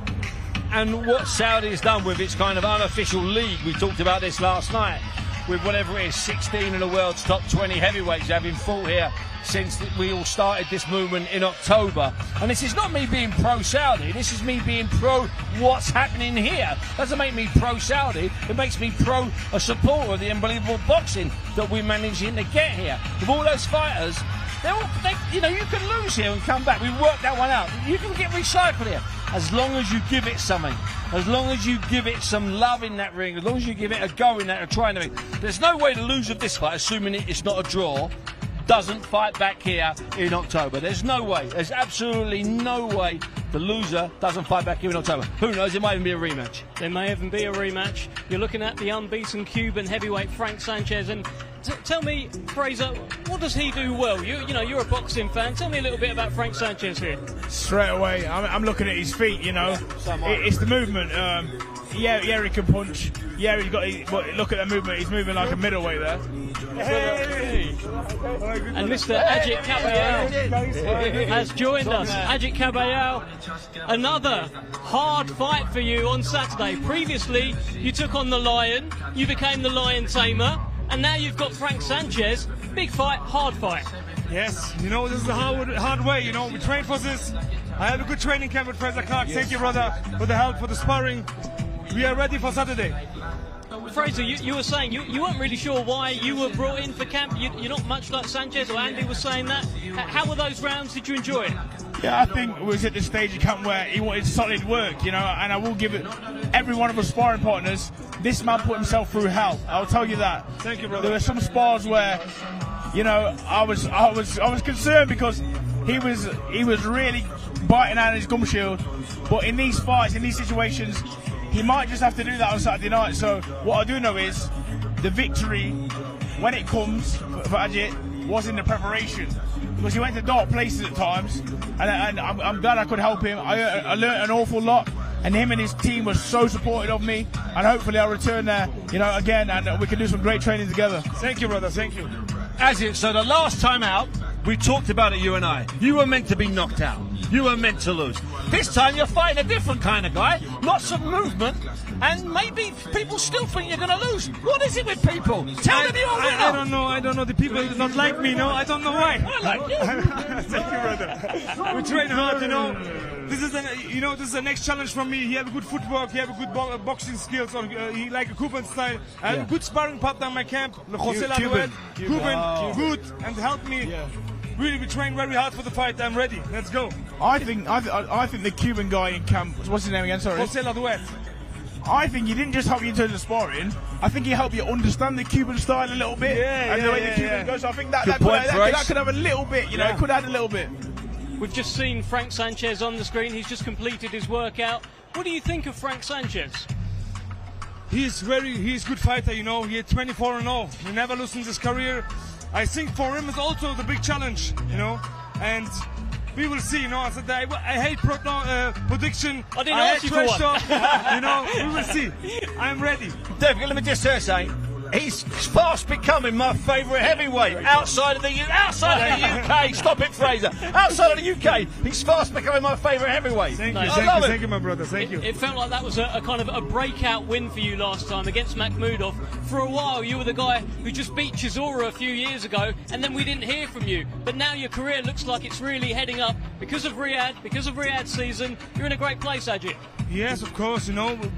We train for this, you know. In every training we give hard work, and now we stay here. I don't know what coming in the future, but we will see. We spoke about it. We was on the treadmill at the end of the session. Both of us were having a chat with each other. We spoke about boxing, and when opportunities arrive, you have to be ready to take them. And that's why this man was telling me he stayed fit, he stayed ready, and I think that helped him in his last fight. And I think I will also add him coming into this fight, you know. He told me he dropped a few kilos, but it wasn't difficult for him to get into the shape he needs to get into because he was staying on it. He was always on it. He was very professional. And hopefully, Saturday night, that might be the difference.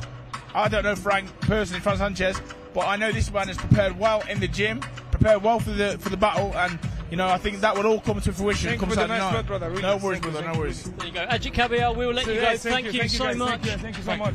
Best of luck to you on Saturday night. Agit Kabayel. What a lovely man, Steve. Yeah. What a lovely man. You know, he's a lovely man, but we saw him break down Arslan Bekmurmurd of all that height and weight and danger, and we saw him slowly break him down, and we saw him start to hurt him, and we saw Agit start to enjoy hurting him. It was quality, it was class. Don't be fooled by how nice he is in the ring. He is proper fearsome. We're about to be joined by a Fury. Tommy Fury is joining us. Please come in and join us, Tommy. Great to see you. How are you, mate? Big Tom. We spoke to John earlier.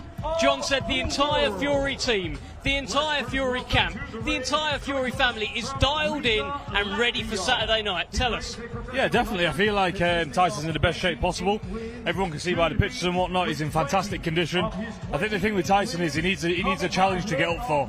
The past couple of fights hasn't really presented that. This time it's a different story. You know, he's got an unbelievable elite fighter in Usyk, undefeated, unified world champion. You're going to see the best Tyson on Saturday that you've ever seen. What's the big difference between this Tyson now compared to, I know, the public workout day of the Francis Ngannou fight? Because he was telling us then he's in great shape, he's done 12 weeks of training. What's the difference? I mean, and then, like I said before, Tyson needs something to get up for. You know, he needs a person in front of him who everybody thinks is going to beat him and not give him a chance. Look at when everyone thought that about Klitschko. Turned up, whooped him, scored him in Germany. So I think he needs that to get the best out of himself. And like I said, on Saturday night, he's got Usyk. You know, an elite fighter, he go down in history, and he's got that now. And, you know, the whole world's watching, all the belts, all the marbles on the line. The biggest fight in 50 years. It gets no bigger than this. So, in my opinion, Tyson always rises to the occasion. And Saturday night, he'll rise again. When you're around him, Tom, you've been around him a long time. You were in the ring, you looked about 12 out in Dusseldorf. You remember that all those years ago? You did as well. When you're around him, are there things you look for? Like little signs to make sure he's in the right place? That he's not, like suddenly, he's not a bit surly at breakfast, or suddenly he's maybe gone for a walk on his own. Are there any signs that you look for? Any tells of him? Yeah, I mean, just day to day, you know, when he's walking around, you know, you see the look on his face, you know. But for this, you can just tell, like, he's focused and dialed in. There's no messing, like, this is not a joke, it's serious business. And he's in the correct state of mind, he's perfect. Everything right now is perfect, there's nothing off. So I'm happy. It couldn't have come at a better time. And there's only a few days to go. And I know what the result's going to be, because I've never seen him look this good in the gym. Tommy, just away from boxing, I've got an older brother myself, and I look up to him in loads of ways. He's literally my hero, my best friend. Now, you must be used to it now. You've seen your brother in big fight after big fight after big fight. Do you get used to that feeling, or is it something that, do you still get the nerves? Yeah, no, it's horrible, to be honest. There's not one family member down there that enjoys fight night. You know, the only time we enjoy it is like an hour after the fight when it's done and it's over and we've got the result. But like fight week and on fight night, it's horrible. You just got that sickly feeling in your stomach, you know, because I'd sooner fight myself than watch him fight. It's a worse feeling. So we're just all happy when he's performed, he's done the business and he's out of there. That's when we can start feeling happy again. But, you know, we're excited, but also it's heavyweight boxing and it's a dangerous game. But he's prepared right, he's done the work right. My dad's been there all the way through camp, and he's in the best shape possible. And like I say, I know he's going to do the business on Saturday. We were speaking to John earlier, and he was talking about how the title of undisputed heavyweight champion, whilst Tyson says maybe it doesn't mean too much to him, to the Fury family, it is quite something. It's quite a legacy, Tommy. Yeah, definitely. And I mean, like I say, you know, Tyson's been here before. He's got all the belts that he's fighting for on Saturday night. He's got at home in the cabinet. You know, he's been here before. He's been at this level before. And, you know, he, in my opinion, I'm not being biased, anyone can say what it is. For me, he's the best to ever do it. The man that size, the way he moves, switch hitter, fast, he can punch. He's got heart of a lion, gets up every time. Like, that for me just ticks every single box. So, you know, that's my version of it. And I know on Saturday, the legacy's just going to go one step further, because he's not come this far, and I know what type of headspace he's in, and he's going to do it on Saturday night. Do you feel like he's changed much down the years in terms of his mentality, in terms of how he approaches a fight mentally, as he's won titles, as he's risen higher up the sport, or has his focus always been roughly the same? Tyson, you know, he's always been that cool, calm, collective character. You know, he never gets pressured up with a fight. You know, it can be on the biggest stage possible, but it'd be like he's going for a cup of tea down at the coffee shop. Like, he just doesn't get pressured up with it. You know, all this is great, but on Saturday night, all of this goes away. It comes down to the two fighters in the ring, and Tyson's in that square circle there. He's the best at it, mentally, physically. He just knows what to do when he's in there. And fight week, he knows how to present himself. He knows how to conserve his energy. He's a veteran at the game. He's had 30, 35, whatever pro fights he's had. You know, there's not much more he has to learn about boxing. He knows what he has to do, and he knows he has to go in on Saturday and do it. All right, Tommy, let's let the elephant out of the room. Yeah, you know what's going. Don't put your microphone down. Are we going to see you back in the ring? Oh, 100%, 100%. I feel like everybody. Well, give us a clue, then. Well, give us a clue. Tell us. Give us some clues. Like I say, everybody knows I had the surgery in January. That's gone perfectly well. I can make a full fist now. Spoke to the doctor, and I think end of the year I'll be back in the ring. So that's what the plan is. Top boy, Tom. Okay, Tommy, we're going to let you go. Can't wait to see you back in the ring, and I'm sure we'll see you around in Fight Week. Thank you, mate. God bless. That's the good hand now, right? That's the good hand. That's the good hand. Now. See you later, Tom. Yeah, man. Thank Cheers, God. guys. His hand is all good. Let's just shuffle around, please, gentlemen. That was Tommy Fury. That's the second Fury family member that we've had on. Might not be the last. Might not be the last. Look, I want to get Shane. I can talk to Shane for days. Shane's just down here doing some other work on my elbow on the right, yeah. But they are ready, aren't they? You can just sense it. There's something about them. Yeah, I thought he was unbelievably calm there, and I thought that was a great bit of truth when he said, "No, we're all sickened on fight night. My guts are going. Everyone's struggling." Because I've seen that, and I've thought that, and I've sort of knew that, but that's the first time I think I've ever heard a Fury member acknowledge that on fight night we're all in a right state back there. And of course they can't show they're in a right state because Tyson's a big thick-skinned lad, don't get me wrong, but he can't have his brothers coming out of the toilet because they've been on their knees with their head down a toilet bowl, can he? So they got to put on a front. Phew, that's bad. It is. Yeah, it absolutely is. I've been talking to people about this exact thing a lot over the last year or so, and what you discover, basically, and he said it to me on Monday, Fury, is that at this kind of level, when you've got someone coming out of the other corner who's also very good, who's equally as determined that they're going to win, is equally as convinced they're going to win, is prepared to do whatever it takes to win, you know that when the bell goes, the controllables, as in your preparation, that's over. And then whatever happens, happens, because you can't both win. And it's the same for people watching. They know what can happen in there. They've been around this for a long time. Well, let's head over to Thomas Treiber introducing our next fighter. Super Featherweight Championships of the World.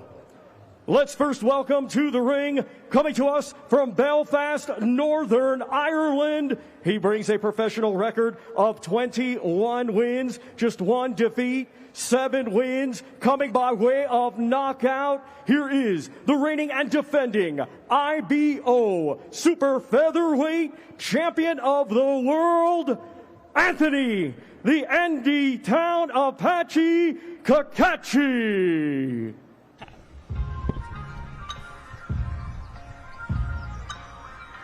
What are we talking about? Well, I think it will be Jai Opetaia coming to the ring. I'm delighted to be joined by George Warren. George, you don't give many interviews, so this is great. Thanks for joining us. It's a big event, Dave. Yeah. Big event, so I'm here. I'll tell you what, by the beginning of June, there would have been 5 big events in Riyadh. This is the home of big-time boxing now, isn't it? Oh, look, it's the destination for major sport. You're seeing it across a lot of other sports. Snooker's been here. Major football signings, but this is the home of boxing. This home of world boxing. The biggest events in the world are happening in Riyadh season. And you've been around so many fight weeks, either as a child, with Frank, or as an adult here, being part of it all. How big is this? It doesn't get bigger. I think it's on record now. It's the biggest fight of the century. We were fortunate enough, a few of us today, to spend a bit of lunch with Lennox Lewis and hearing the stories of him doing it all those years ago. You kind of have to pinch yourself to realise that it's happening again. You've got 2 absolutely superb athletes, best in their division by an absolute mile, in my opinion. The number 1, the number 2. Going to finally settle it. We've had a couple of setbacks with postponements and injuries and negotiations, but the reality is His Excellency's helped and made this happen. Saturday night we're going to see who's the winner. That's it. That's what it comes down to. George, I'm pleased you mentioned that about having to pinch yourself, because I get that way on most fights I go to, especially ones like this. So I'm really pleased you had that when you were having that lunch today with Lennox Lewis. This whole event feels a bit like that. You go home after you've been on here for a couple of hours, you have a shower, and you're sitting there and you're thinking, this is going to happen. There's going to be 20,000+. It's sold out. A fight that no one thought could be made is going to be made. We're going to get one man lead the ring with all those belts, first time in the 4-belt era. If you're a boxing fan, or even a casual boxing fan, you've got to pinch yourself. It's unbelievable times we're walking and living in. It's that, like you just said, this is the moment that everyone is going to realise Saturday night. Everyone's going to remember where they were. Yeah. Everyone's going to know who they were with when they were watching it, and everyone's going to be absolutely dumbfounded with what is going to be a spectacle, an amazing undercard. We've got an amazing build-up coming all fight week. Everything here is just coming together so nicely. Saturday night, I cannot wait. George, you speak about things coming together nicely, and I don't think people grasp this at home. But being here and seeing everything that goes into it, all the people that are working on it, people from back home that I recognise from the shows, everyone seems to be pulling their weight. The people from Saudi are working hard. What goes into this? Like, can you just give it was a bit of an idea of how much goes into it? Because hello, you got friends. I know, just in a brief. But as a fan, I'm sitting there thinking, how is it even possible? Because it just looks like the biggest and best team effort I've seen in a boxing arena ever. Well, that's very much appreciated. So I thank you. A lot of hard work, a lot of time, a lot of negotiations at the beginning, a lot of people coming together, like-minded people that want to see events that create history, and that's what we got on Saturday night. I can't thank enough the team out here, the team at Seller and Gia, for all the hard work they're doing. My team at Queensbury have done a fantastic job. All the promoters that are involved, it's been a pleasure to work with. Some that maybe we didn't think we'd be working with as regularly as we are at the moment. But look, we're all thriving at the moment. There's investment in the sport, and it's creating these moments. And these are things that we all, like I keep saying, pinch yourself. Because 1 minute it's here, 1 minute it might not be. And right now, enjoy it, because this is it. Well, I'll say it for myself and the rest of us boxing fans. Thank you, because it's happening in a few days. No, it's incredible. So, crucial question. How many times a day do you charge your phone? It doesn't come off charge. Let's say that. Let's say that. I thought not. Yeah. But do you give yourself moments to just kind of have a step back, like Steve described, and just have a look at what you've done, all of you? Look, I mean, we're fans at heart. We're boxing fans. We do this, and we're very fortunate. We work in a career that we enjoy, and we sit here and we get to watch the best of the best do this on the biggest stages. So for me, that's, we all go to work to make money, and that's what makes the world go round. But that is the thing that drives it. That's where the enthusiasm comes from. In terms of taking time to enjoy it, look, I want to see a great fight. I want our guy to win. I'm fully convinced that Tyson will come through and be successful, and then I'm looking forward to returning on Sunday, spending a bit of time with my family, and maybe getting some sleep. Yeah, not for very long though. No, week off. Well, week back to the UK, and then we're back out here, obviously, for the 5v5, and we've got all that excitement to look forward to. George, it's all building up nicely. We are going to let you go. Thank you so much for joining us. No problem. Thanks, George. We're going to head back over to Ali Drew, who's joined by Jai Opetaia. Always growing, we're always learning, we're always progressing, and I'm looking on putting a career best performance. As well as yourself being a better fighter, are you expecting a better version of Breeders on the night? Yeah, I'm expecting the best version of Breeders. I'm prepared for the best version of Breeders. So anything less than 12 rounds of war, I'll be disappointed. Well, you say that, but I have just heard Eddie Hearn say that he believes that you will get the knockout on Saturday. Do you think that's going to be the case? Do you think that's how it ends? I'm prepared for 12 rounds of war. If the knockout comes, it comes. But I'm ready for 12 hard rounds. Focused in. Thanks for your time. Thank you. Well, that was Jai Opetaia, who has been training for 12 hard rounds. Now, he had to go 12 hard rounds last time he fought Maris Bradis. Within those 12 hard rounds, his jaw was broken by Maris Bradis. This is a tough fight. And I think he re-damaged the damaged hand that had been damaged for an awful long time. This is the first one was a really tough fight. It was a brilliant fight. It was a throwback cruiserweight classic in many ways. I mean, I mentioned this, I think you and I off air, or maybe I mentioned it yesterday, I can't remember. I don't think this is going to be a hard fight. I mean, of all the fights on the bill, I might be most confident about Jai doing not just winning, but doing a job. I've seen something in Maris Bradis when I've spoken to him. It came out multiple layer today. I've just got a feeling this is a big night for Jai Opetaia. It could well be. It could well be. Let's head back to Thomas Treiber introducing our next world title fight. Championships of the world. Let's first welcome, coming to us from Belfast, Northern Ireland. He brings a record of 21 wins, 1 defeat, 7 wins. Coming by way of knockout, let's welcome the reigning and defending IBO Super Featherweight Champion of the World, Anthony, the Andy Town Apache Cacace. Well, there is a smile across the face of the Apache whenever he hears his name being introduced, nickname and all, from Thomas Triber. It's a big, big night that has been years and years in the making for Anthony Cacace. He has had highs, he has had lows, but on Saturday night he has the opportunity to become the IBF World Super Featherweight Champion, Andy. Absolutely, and he knows what a massive opportunity this is, and it won't necessarily come again because he's had such enormous problems with inactivity. And we were talking earlier about the need to just persevere and just keep going and going and going. He's had so many fights fall through, so many frustrations, and now he's finally here. I asked him if there was any pressure on him, and he said no, that basically all the pressure is on Cordina, but I don't believe him because this is possibly it for him. You know, it's a cruel business, this. Sometimes you get 3 or 4 chances, sometimes you get 1. I might get the feeling with him this is probably it. Sometimes people, that was perfect. I said sometimes, same time as she was saying sometimes. No one noticed that. I'm not even getting a well done for that, by the way. Sometimes fighters don't like that word pressure because it may be, they think it suggests a weakness, and it doesn't suggest a weakness. You know, sometimes you can be under pressure, you can put yourself under pressure, and it's a plus, it's a positive, and you can use it as a plus and a positive. Both him and Cordina are under pressure in this fight, and there's no reflection on anything that they do in the ring. They're under pressure because they know the winner might have a spectacular year, 18 months. The loser, maybe not so. Maybe a rematch, you claw your way back. The winner of this fight, if it's a good win, he is moving in some quality golden territory. So that's pressure, and that's nothing to do with their nerves, their guts, their bottle, or their skill. I'll tell you what, though, all the ups and downs that he's had, all the setbacks, all the knockbacks, a lesser man probably would have jacked it in by now. He's kept himself in shape, he's kept himself ready, he got the call, and he's here and he's ready to go. I think that's what could make him dangerous, you know. We spoke again, I'm going to say it, got that golden ticket, not just being on the show. There's world title at stake with this one. This is huge. This is like double whammy, if you want to say so. I mean, he's up against the top operator, Joe Cordina, a great friend of mine.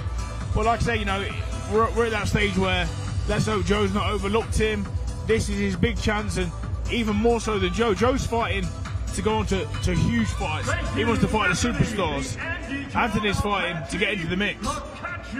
And get into the mix, and get into the mix with a good scalp, i.e. Joe Cordina. That's an unbelievable trophy. He said something, Cordina, when I spoke to him on Monday of this week. He said, Steve, I keep reading about how hungry Cacace is. He said, well, I'm still hungry. You can be a world champion and still be hungry, you know, because hunger's not measured by instantly your bank account. It's measured by other factors. He's still hungry. 2 hungry fighters. No, I think Joe's still got a lot to prove to people, you know.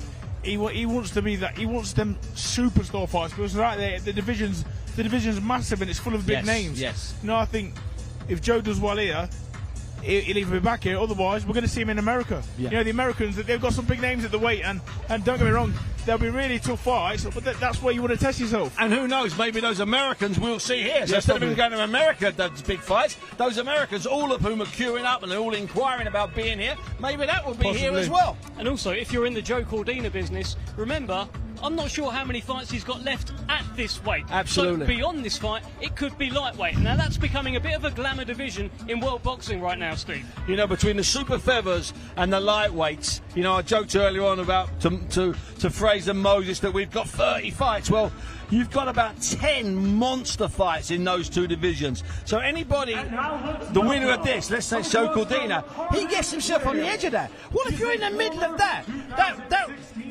roller coaster with 6 or 7 fighters on over a 2 or 3 year period? That's outrageous. Be brilliant, Dev. Well, let's hear from the brilliant Thomas Triber. Of knockout, let's welcome the reigning and defending IBF Super Featherweight Champion of the World, the Welsh Wizard, Joe Cordina. Well, here comes the Welsh wizard, Joe Cordina. Tyson Fury isn't the only world champion from Britain defending his belt on Saturday night in Riyadh. 17-0. Joe Cordina will make the third defence of his IBF crown against Anthony Cacace.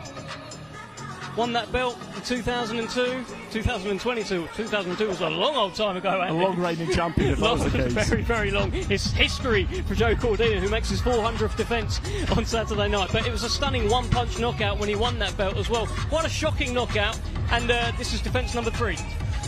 I think there's real possibilities with Cordina because the skill was never in question.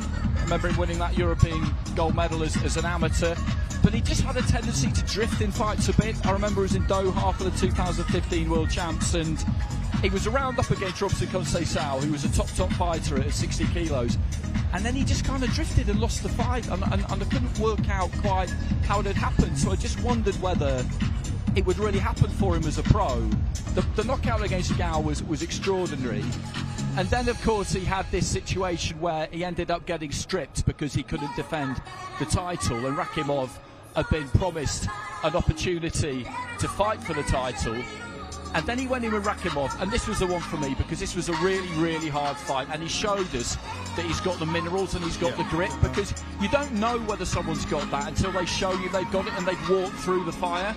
So you look at the skill and you look at that, and I just think if his head stays in the game, as long as he's still got the burning desire to do this, I'm really interested to see what he could do.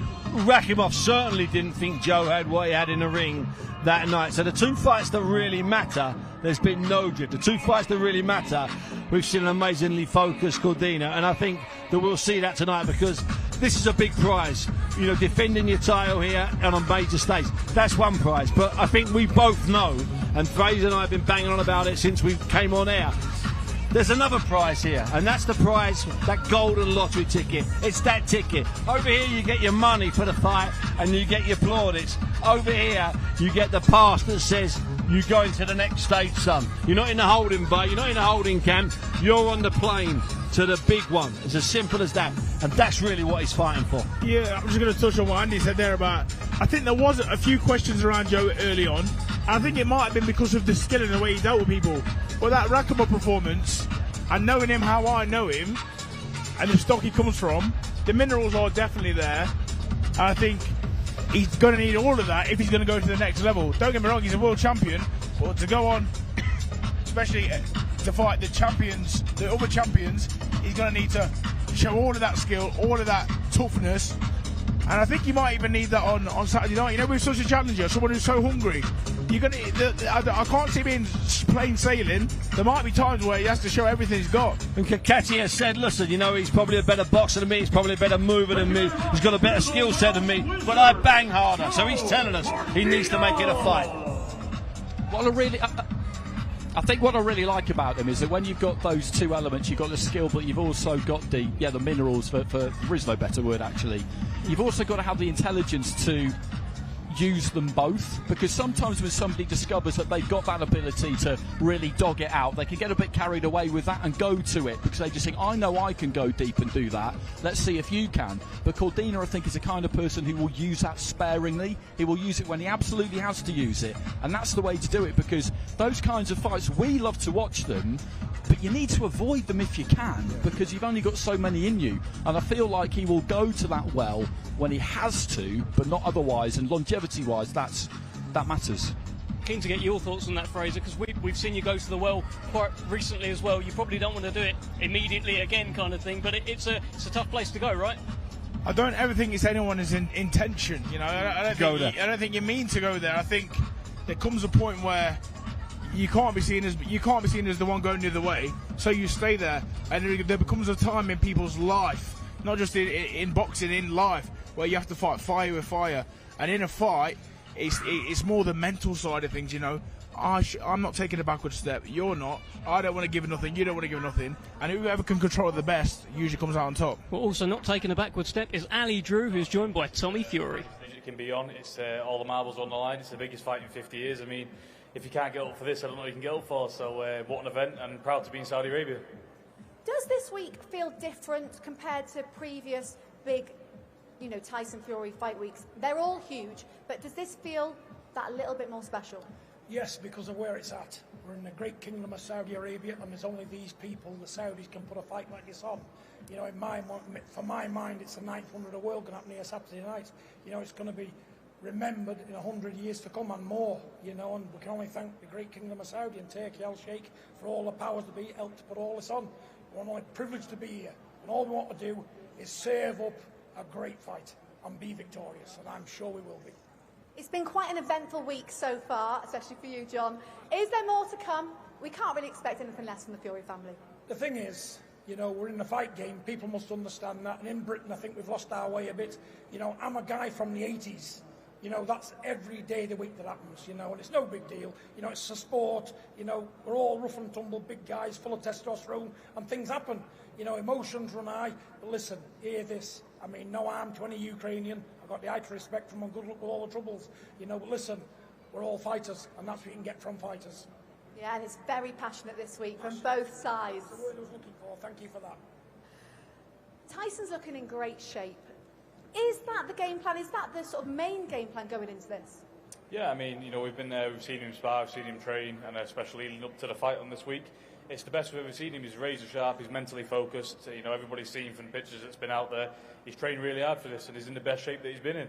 And if he just does what he's been doing in the gym, I believe he walks through Usyk, and that's it. Because on his day, Tyson can't be beaten. If he shows up mentally prepared, you know, which he is, I don't see anybody in the world beating him ever, past or present. Well, it's all happening on Saturday night. But before we go, Tommy, what is next for you? When are we next seeing you fighting?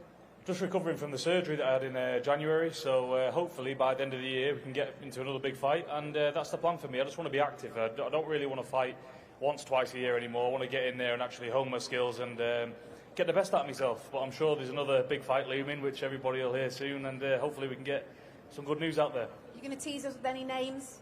Not just yet, you'll have to stay tuned. Brilliant, thanks for your time. We all know the names we're looking at, don't we? Well, listen, thank you for having us on stage.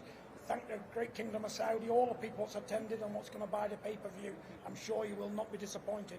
Great things going to happen Saturday night. Thanks, everybody, for attending. God bless you all. Thanks for joining us. Well, I'll tell you what, it's always good to hear from Big John Fury, especially when he's with Tommy as well. They've just got that energy, you know, and it's a big week for the Fury family. It most certainly is. John talked about how important it is for the Fury family name to suddenly have Undisputed World Champion tag next to it. It's a big thing, Andy. It's huge, and I was going through the lineage of Undisputed earlier today for a piece I was doing, and we know that we haven't had one for 25 years, but you look at the people who have managed to unify the belts. It was 2, and then it was 3, and now it's 4 since it became 2 back in the early 60s, and you're looking at Cassius Clay as he was then. You're looking at Joe Frazier, George Foreman, Muhammad Ali as he became, Leon Spinks, Mike Tyson, James Buster Douglas, Evander Holyfield, Riddick Bowe, Lennox Lewis. Go on, Andy. Go on, Andy. That's it until now. And for the last 6 years, all 4 belts have been in the possession of 2 people. Their identities have changed, but that's been the situation. And we were beginning to despair, weren't we, to be honest, that this would happen. So it's a massive, massive thing if you manage to pull this off. And, you know, it will go down in, you know, family folklore and boxing folklore forever. No, look, it absolutely will. And it's also the fact that because there's 4 belts, surely it's harder to acquire all of that hardware. We know how suddenly there's a mandatory slapped on you, there's a contender that comes in. To acquire 4 pieces of silverware is a big thing. Let's give you a Mike Fraser block. We're talking about the Undisputed, right? Hard these days. 4 different belts you've got to collect and make it happen. So it's even more of an achievement, really, it feels like. Oh, it's massive, you know, when you talk as a fighter, getting your hand on one is unbelievable. But to be the man, the number 1, no one else, it's the stuff of dreams, it really is. Special fight on a special night, and I think very shortly Thomas Triber is actually going to bring in Oleksandr Usyk. Before he does so, just a quick word. What are you expecting from the Ukrainian wizard very shortly in that ring, Andy? I don't think we'll see much. I don't think either of these 2 will be interested in doing too much. They're certainly not going to want to give anything away. But maybe just a little bit of light work, shadow boxing, that kind of thing. Usyk might just give us a few nice pivots, all that kind of stuff. But with characters like them, particularly with Fury as well, though, it will just depend on what kind of mood takes him in the moment. He might decide to put on a little bit more of a show, but given the heat, I don't really expect either one of them, or they'll probably be under quite strict instructions, would you say, not to stay in there too long. Yeah, whatever they're going to do, it's not going to be come out here and think about it and do it. The stakes are high. This would have been thought about. Listen, Tyson, this is what we're going to go out there and do. Alexander, this is what we're going out there and do. Nothing more, nothing less. You know, you'll do what you're obligated to do. If you're telling me you're going to feel good from it in a pad, we'll do a pad. If you want to go out there and dance and sing whatever you want to do, you do that. But we're not doing nothing that's going to take away from you Saturday night. You know, the last time Tyson Fury took on a heavyweight champion from Ukraine, it was Wladimir Klitschko. In the fight week, he shocked the world. Most people just, you know, throw pads, do this, do that. He sung to Wladimir Klitschko just days before beating him. That must have got in his head, right? What do you think, Andy? That whole thing was just fascinating, because I remember covering some boxing in Germany probably about a month beforehand, and people were asking me about Tyson Fury, and I said, don't write him off, you know. I'm not saying I picked him to win, but I said he's very, very difficult, he's very tricky, he's massive, he's a hard night's work, and they just laughed at me. They just felt that he was another one on the conveyor belt of victims for Klitschko, because that was what was happening in Germany at the time. Yeah. He'd fill out a stadium and iron someone out. That was basically he had a good routine going, didn't he, really? He absolutely did, and it was rinse and repeat. But just all the things that happened on the day there as well, it just showed kind of how mentally strong him and the team were. All the shenanigans with the layer of foam under the ring canvas, and Peter saying, listen, you need to take that out or I'm leaving, we're walking. Klitschko didn't believe that they would do that, the team didn't believe that they would do that, but they absolutely were going to do it.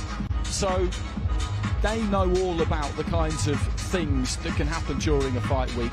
There's not going to be any of that this week. We're not going to see any of that. But those kinds of experiences, I think, they do stand you in good stead. They do. Fraser, has anyone ever sung at you at a public workout? Are you hoping maybe one day? It's not happened as of yet. I can honestly say, and it would take you by surprise. Yeah. But I think, you know, maybe the team who have learned something from that. You know, with it being Klitschko and other Ukrainian.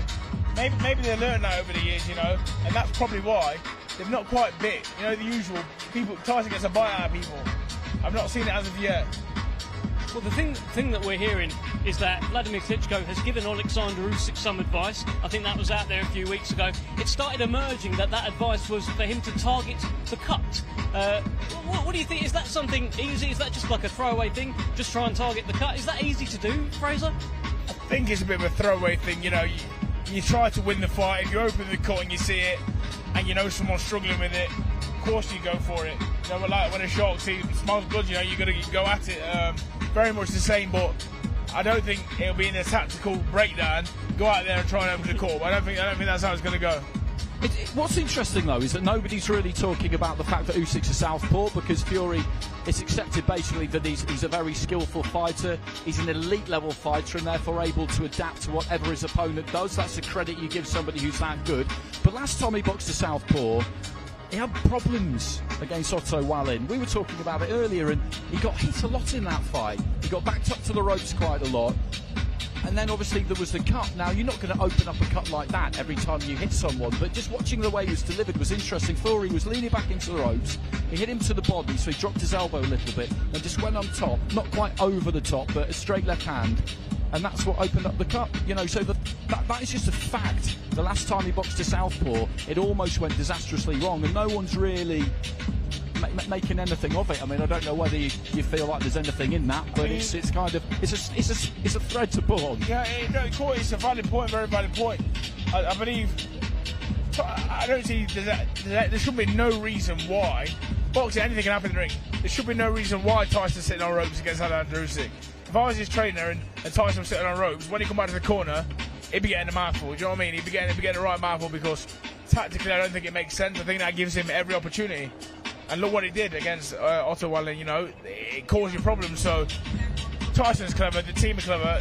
They would have looked at his past performances, surely, against the southpaw. We did this good, we did this not so good, let's change it.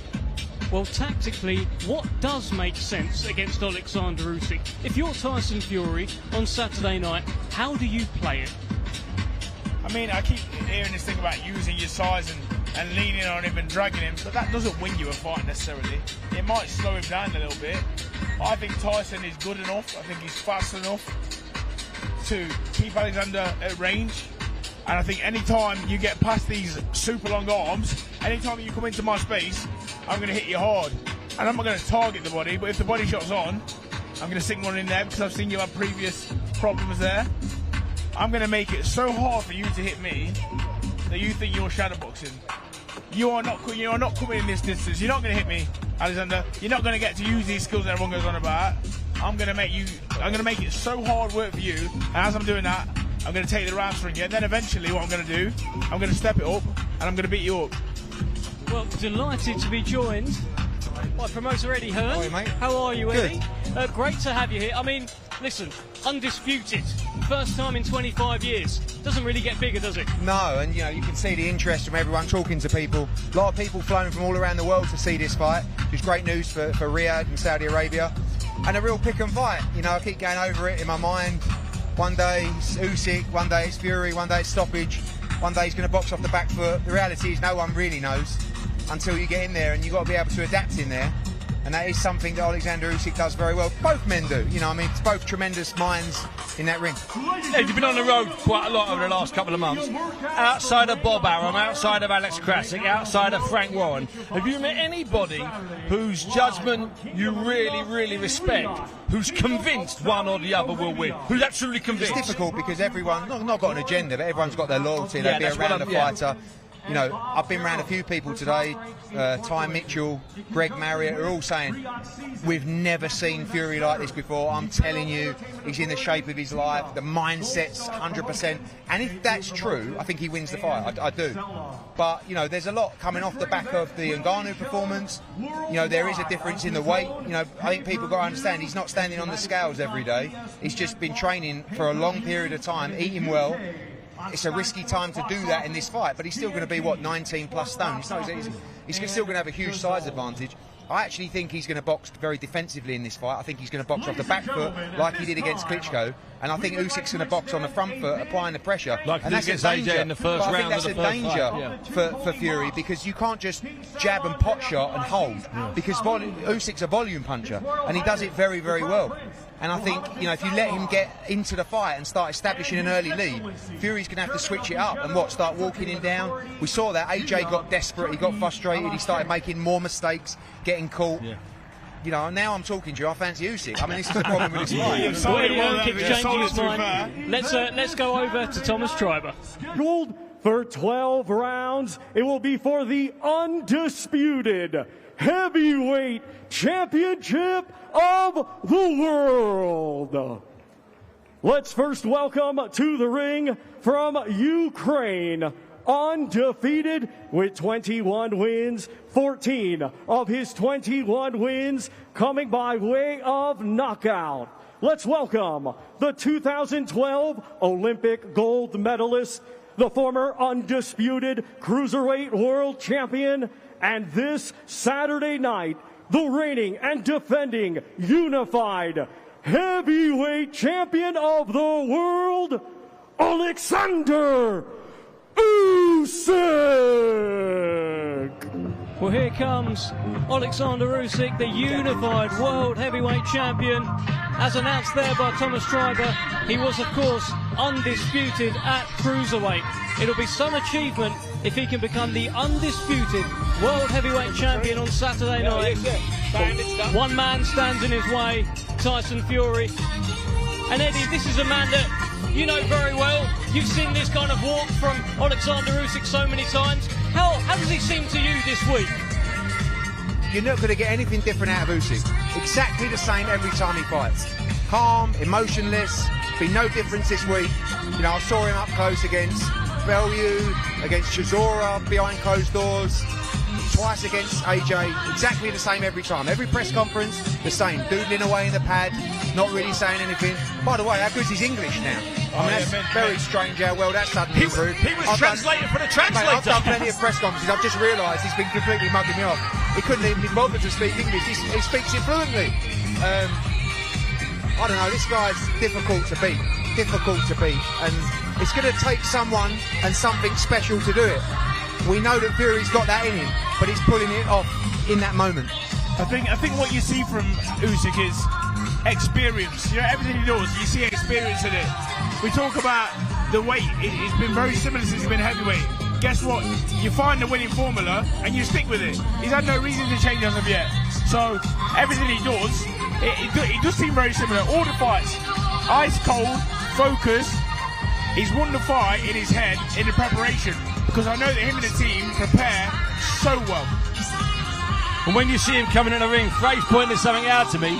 He said he's bandaged up properly. He's actually going to do a little bit of work. He's not going to float around. Yeah, I like that, by the way. Listen, of course he is. I was talking to Sam Jones tonight, and he said to me, "Oh, are we doing a media workout for Catchall Taylor?" I went, "Yeah, that's the whole idea." And by the way, don't go in there and just sometimes I have a little bit of an argument with AJ. It don't last very long. He basically tells me to shut up. Yeah. But it's like, we want to go in there, we want to see it, right? And I want to see, just only want to see a round or two. Like a lad bang on a pack. This is like, you know, a big race.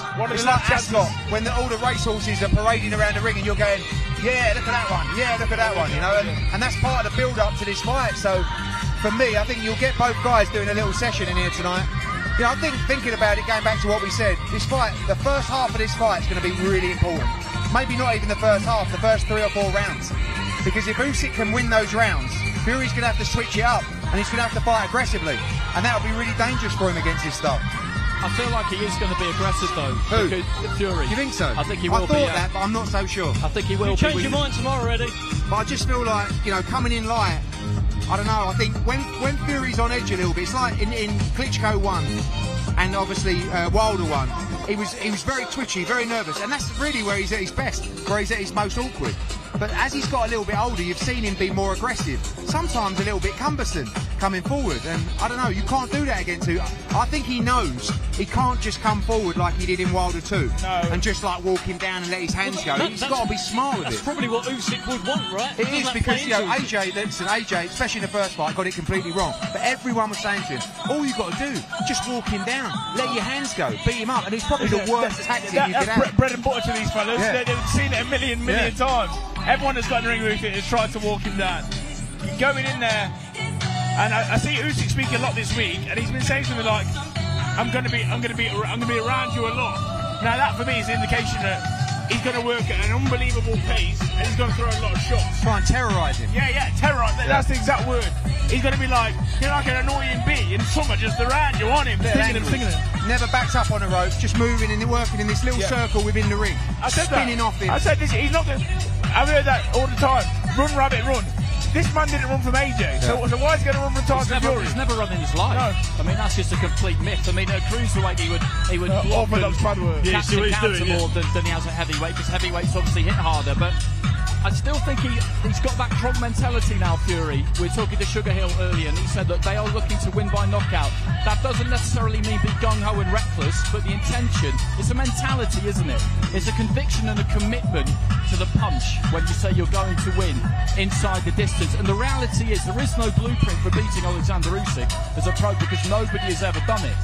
You've just got to be totally clear in your mind what it is that you're going to do. And for me, I think he is going to be aggressive. He's going to have to be very educated with it. And when you believe in your work, that's when you believe in your defence, you believe in your attack, you believe in your fitness. You're very dangerous. And there's no reason for this man not to believe, because no one, as of yet, we've seen, has been able to even really come near defeating him. So he should believe, and if he takes that belief into Saturday, Tyson will have a problem. You know, whilst we've been talking, Usyk's come in, he's winked at his cornermen, and he's shaping up orthodox, Brian, letting all his hands go. And he's winked again. It's like I think that's his little joke tonight. Tyson Fury is the king of the bluff, you know, king of the mind games. And here he's up against a guy that he can't really beat in mind games. He doesn't play mind games, No, but that's why I feel like, you know, Fury, he looks a little bit edgy last night. Fury, you know, obviously the stuff happened with John on Monday, but this is the first guy that he can't go up to him and start screaming in his face and making him just get angry or change his emotion for the event. I think that'll wind Fury up a little bit, you know. Eddie, fantastic insight. No one really knows Usyk better than you. We are going to have to let you go, though, because I think we're going to get Oleksandr Usyk up here very, very shortly. We'll see. Well, as you're replacing with Usyk, I'll take it. It's not too bad, is it? Not too bad a replacement. Mr. Eddie Hearn there. Andy Clark is also going to exit, and let's just have a look. Let's just have a look at Oleksandr Usyk here. Well, for a start, he's, as we said, he's doing everything orthodox, which he might even come out for the first 5 seconds that way, but there's no way he stays orthodox. It's a nice idea. He's managed to, he's switching around now without trying. Listen, he is at least hitting the pads. If he's got bandage on, even if they're just a little bit of fancy bandage, he still put his bandages on. He's still doing it. We're not going to see anything, but I agree with Eddie. Give us something. Give us something. You know, and AJ's been a lot of fun with it, because what he does, he gets school kids in, gives 20 minutes with them, and you don't see anything from him. Eddie's absolutely right. Just like in a horse race, when you see all those horses, I want to hear a bit of cracking. Get the music on and have a few cracks. That's what. You know what? That's a really good idea, that, Dev. Listen.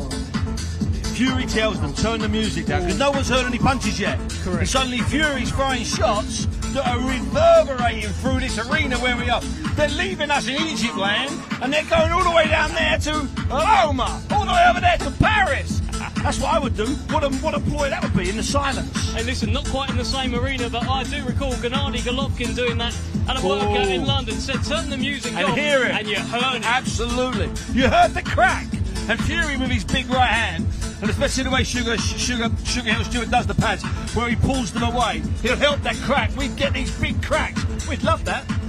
I don't think he's going to do much. No, neither do I. I was hoping. We built it up like that. And did quite well. Did sell it, though, didn't we? We did sell it. We did. Usyk's done more than I thought.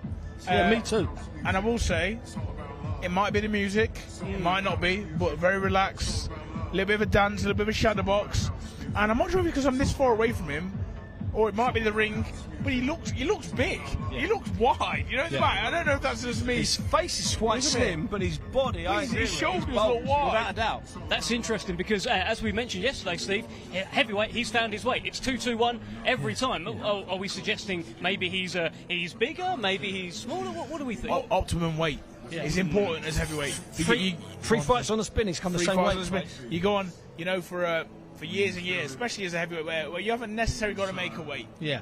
You go for years trying to find what do you perform best at. Now, for him doing that, the same weight 3 fights on the spin, for me, suggests that him and the team looked and said, you know what, we found our sweet spot here, we're going to stay here, we're going to get strong here, we might go up a little bit, we might go down, but if we're at this base mark, we're in a good place. I think he's more than 221 there. He's not a lot more. He's not 250 or anything stupid. Because let's get it right. There's nothing he can gain, Dev and Fraze, that's going to in any way change the physical in any way push Fury back, change the physical advantages that Fury has. No matter what he gains, even if he gained 5 stone in belly, Robert De Niro style, okay. Even if he gained 5 stone in belly, he's still going to be able to push Fury back. So, but it looks to me a little bit bulkier. Tall. And tall. Hey, listen, we've been selling him short all along about small. Frank Warren put us right on that on Monday. And so we keep talking about this guy. He's bigger than most of the heavyweight champs in history. Yeah, I mean, me personally, I'm quite sick and tired of people calling that massive man small. Yeah. What else does that do no for comment from me on that one, Dev. No comment from me on that one, son. Goodness me. Let's head over to Ali Drew.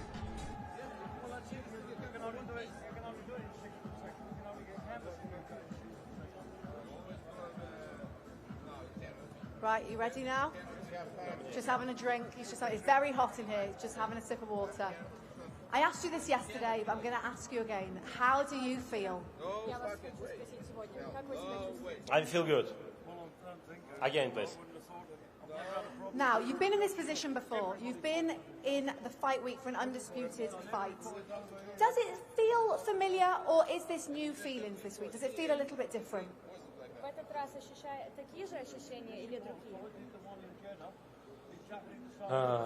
Кожного разу нові емоції, і це будуть нові емоції, тому що це дуже великий поєдинок для мене, для моєї країни, для багатьох людей, які тут зібралися. Все нове, кожен день новий і кожне діло нове. Each event that they take place will always have a new experience. Each new day, each new experience will, for the country, for the team, is always a wonderful, great new experience. Now, before you get out the ring, just a final word to Tyson Fury, who is waiting at the end of the purple carpet.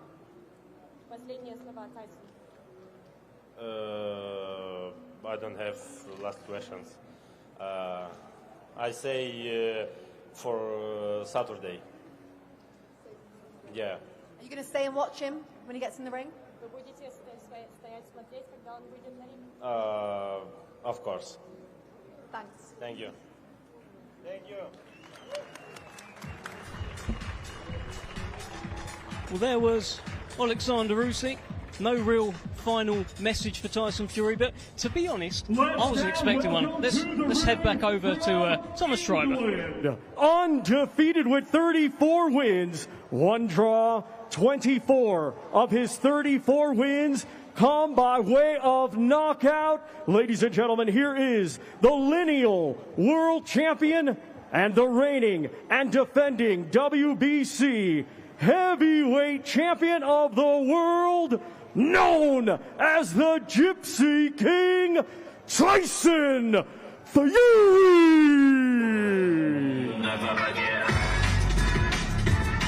Well, here comes Tyson Fury.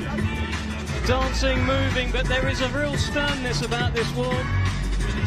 He looked the part yesterday. He had that Undertaker hat on. He's gone for the baseball cap today, back to front, taking in every moment. WBC belt held aloft behind him. Big night for Tyson Fury on Saturday. One man stands between him and becoming the first undisputed world heavyweight champion of the century. That one man is Oleksandr Usyk. We've just seen his workout. Let's see what Tyson Fury has got for us as he takes in every moment here in Boulevard City in Riyadh. It is quite the setting, Steve Bunce. It certainly is quite a setting. It's a setting that Tyson's been here before, literally here before. He's been like this before. He's walked through crowds before. But one of the things I've been desperate to do all week is just get him to admit that this is different. We got it close. Let's try it later on when we get it. Meanwhile, well, we're talking about the movement and the dancing from Tyson Fury. What about this? Oleksandr Usyk. How are you, sir? Fraser? Fraser's on your push, brother. Let's check it. Oleksandr Usyk, I can see you. Your eyes are locked on Tyson Fury. But it's not real training. It's like so. You're joking, that's not real training? It's not real training. You're joking. My training is real. Yeah, I can see. Yeah. Yeah, orthodox. Yeah, I've seen it. Yes. Oleksandr, what we're going to do is we're going to have Tyson up on the screen there, and you can watch him. You can watch his workout, just like you've been watching him all week, and you can tell us what you think. That is the man standing in between yourself and Undisputed. What do you see when you look at Tyson Fury? людина стоїть між тобою і Undisputed. Що ти бачиш, коли дивишся на нього? It's my opponent. I had a feeling that would happen. Beat my opponent. But best opponent. Look.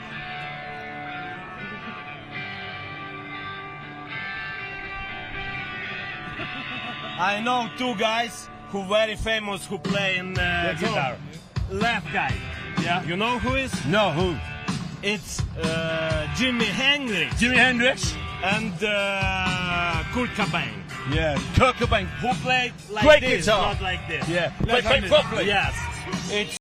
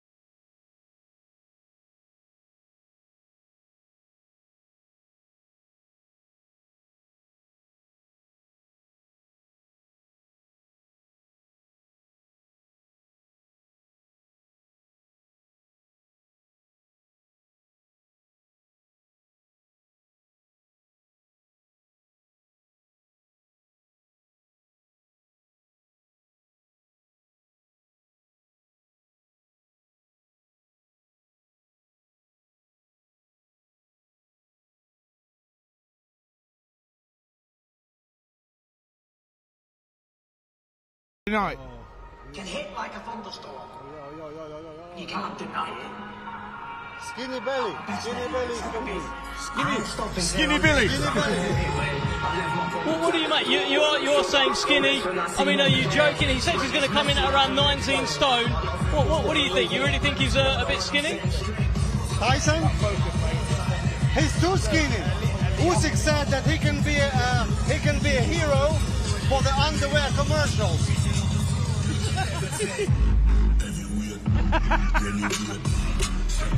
The fascinating stuff here. We've got Oleksandr Usyk watching Tyson Fury.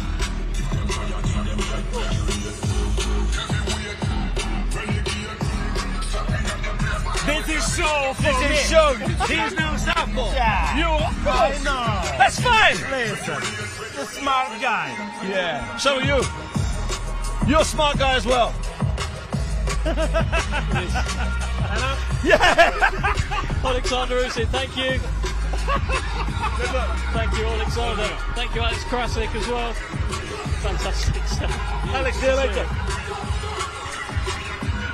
A wink and a nudge from Oleksandr Usyk, Alex Krasik, and he is watching Tyson Fury. Of course he can.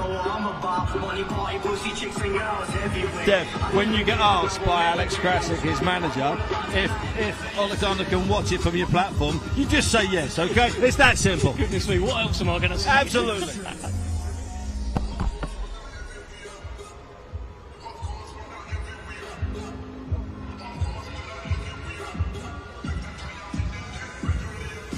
What a shot that is. Oleksandr Usyk watching Tyson Fury in a ring of fire, and he will be in that ring with him on Saturday night. And one of them will be the first undisputed world heavyweight champion of the century.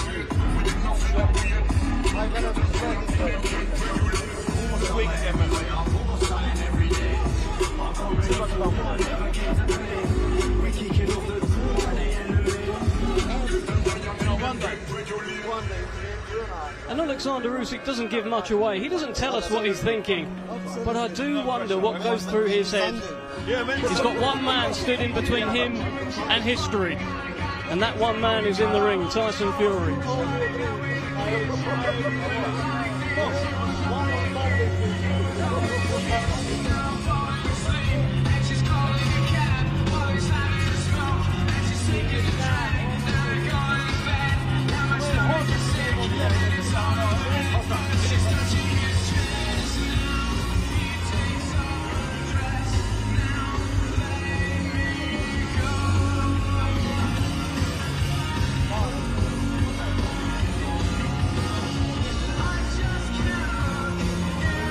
Well, that is Tyson Fury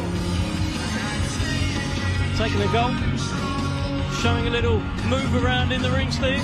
Yeah, a bit more than a little move around. I know it's about his third or fourth song. He's handpicked songs we've heard him do stuff to before. So he is using it for a bit of a session. I agree with Eddie. I like to see a little bit more. Yeah. Even if they're not cracking and smashing the pad, give us something. You can't deny. He's given us a bit of a show here tonight. No, he absolutely is. And that's what he does. He is giving us a show. He is, yeah. He's enjoying the music. Oleksandr Usyk is also enjoying the music, and so is Fraser Clark. Well, it's an event, like Alexander said. This is a show. And Tyson is making a show of it, isn't he? He's enjoying it, he's dancing. You know what he looks to me? And he's going to sound, boxing people know this to him, he looks loose. Yeah, he looks relaxed. He looks loose. And you know what that means? That means your hands go fast, your reactions are fast, your mind's fast, your eyes are fast. He looks like, to me... And that's what you want to see when you're facing a man like the man who's just over your shoulder watching. There's nothing better than boxing with nerves, Steve. I'm telling you now, you're sharper than you could ever be. Yeah. You're worried about what's coming back, you're worried about making mistakes, and that worry drives you to be faster, sharper, more alert. And more alert. That's the best. Yeah, I see a little bit of that in there tonight. Now he's going to do more session. Dev, I don't want to get technical here, but I was clearly told in my contract that it was 3 minutes per boxer. Now, what's going on, brother? I think this is like 15-minute round. Yeah, we might just need to adjust that contract, Steve. Because I don't think Tyson Fury's going anywhere. You see, it's so interesting for someone like myself, someone that's my stage of career. sometimes I have a little look on the open works. I don't take too much into it. Now, I'm seeing a man at the top of the game, Oleksandr Usyk, doing that. Laser focused. Yeah. I'd love to pick what's going through his mind. And you haven't done that. I've had a little look now. No, but not that look. That That leave me alone, I'm looking. Yeah, I've done it while there's a camera on me and I'm having a chat about it. With Dave Allen, I was having a chat and that. He's not blinked. No one's talked to him either. He's sat over there in the corner, over there, Dev. No one's talked to him. They know not to talk to him. He's just doing his stuff. Very much being left alone. Very much so. And that's it, he's seen enough. And it looks like Oleksandr Usyk has seen enough. David, would you just explain to people that can't see what working conditions we're under at the moment, please? Would you do it, please? Do it some justice. We're making it work. We're making it work. Our studio is absolutely cramped right now. There are cameras, there are crew members, all of those people that were chanting Usyk, Usyk, Usyk earlier this week in that media hotel lobby. They're up here. I'm not sure how much longer this stage can really take. And out come the Ugg slippers. He's got the Ugg slippers on now. The footwear of champions. I think he's got a pair of boots of Undisputed on the back of them. He has indeed. Tyson Fury had the hat yesterday with Undisputed, and Oleksandr Usyk has got the boots. I wonder if they will be the boots he wears on Saturday, because we know Tyson Fury will not be wearing that hat in the ring.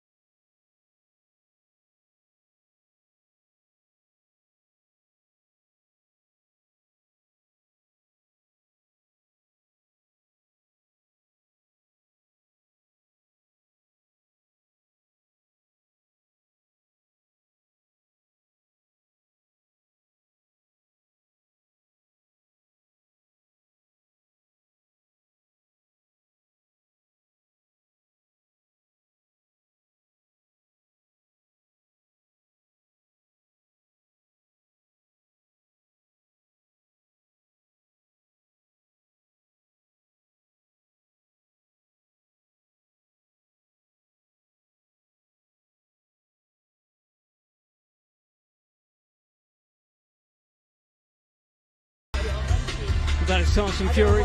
Bit of southpaw moving around there.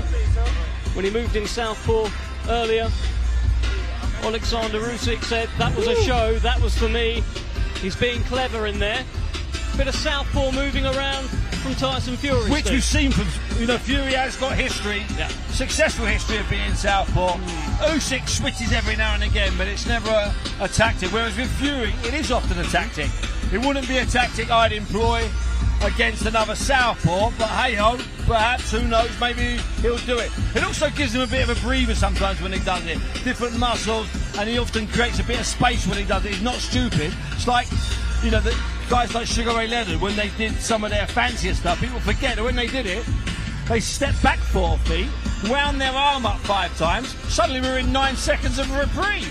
Then you do a shuffle and go to the right. You just gain 19 seconds. Absolutely. That's a breather. Yeah, and it all counts. But to have, Fraser, just to get your thoughts on this, to have the skill to... He's done a whole fight before in southpaw. He can do it for periods at a time. That Derek Chisora rematch, remember that one, Steve, back in 2014? Horrible. The whole fight, he did that in southpaw. It's quite a skill to have, Fraser. It really is, Dave. It really is. I couldn't do it myself, and I don't know many more heavyweights that could.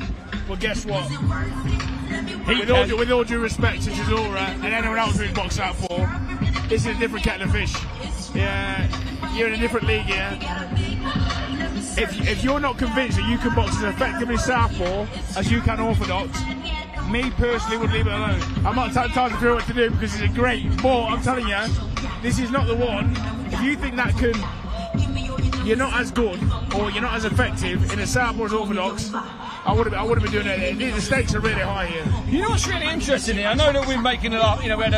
We had all of Usyk's people here, and it was ridiculous. And John Horner, the famous fight lawyer, came up for a second and looked after Lennox Lewis all those years ago, and great fighters since. And it was mayhem and it was chaos. What we haven't, and we made a joke about it, Tyson's been in the ring a good 20 minutes, hasn't he? Yeah, and it's all jokes aside, that's a long time. He's clearly getting a sweat on, is Tyson. Look, we talked about not being shortchanged at a public workout like this. No one in here will feel shortchanged from what they're seeing right now. And you say he's got a proper sweat on. And okay, we know he's not letting him go the punches full go, but he's trying one or two things. You've seen him trying one or two things. What he's done in there tonight, not all of that is subterfuge. Not all of that is false. But again, Steve, at this stage, I don't think it's about adding anything. You know what I think it's about?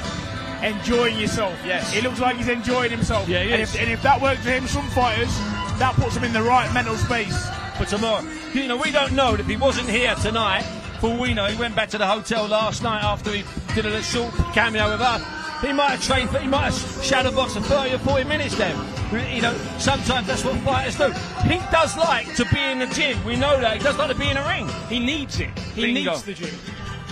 And maybe he needed this workout today. Let's head over and hear from Tyson Fury, who's now with Ali Drew. It looks like you're enjoying the occasion. How are you feeling? I'm on top of the world, baby!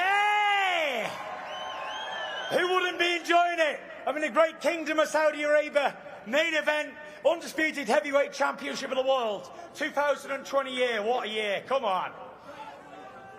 Now, the Fury Fight Week is always memorable. Have you got any surprises lined up for us over the next few days? Keep tuned, keep your eyes peeled. We've got some big stuff coming over the next few days.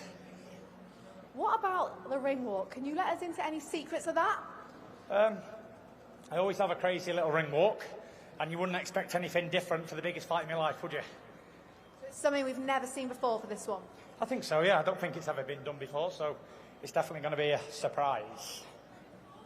What is it like having all these people out to support you for this tonight? You've got your whole team with you as well. What an entrance you made.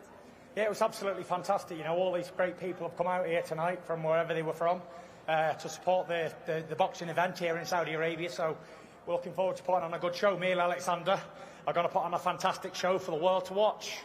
Tune in. Saturday night. Well, before Saturday, we've got the press conference tomorrow. Are you going to be on the wind-up? So I'm always on the wind-up, and I think I was born winding people up.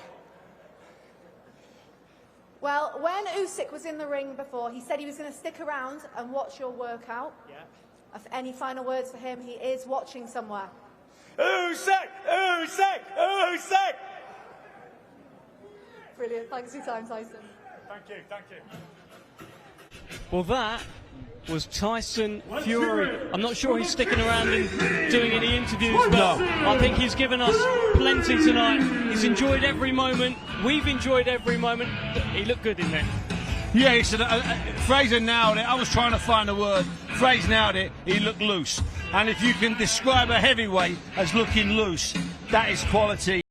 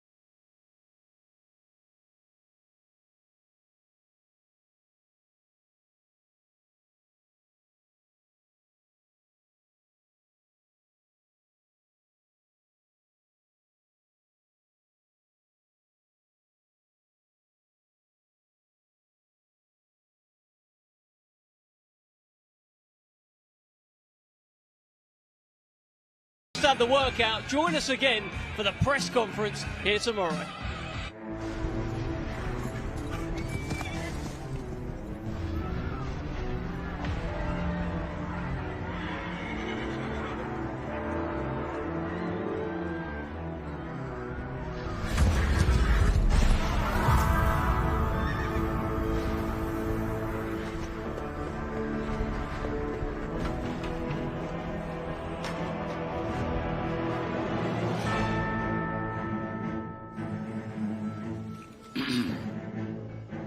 a tale as old as time. A legendary champion in search of another champion has found his match. A duel that transcends bullets and dust.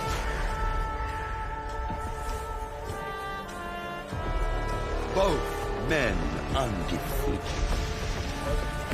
Both men larger than life itself.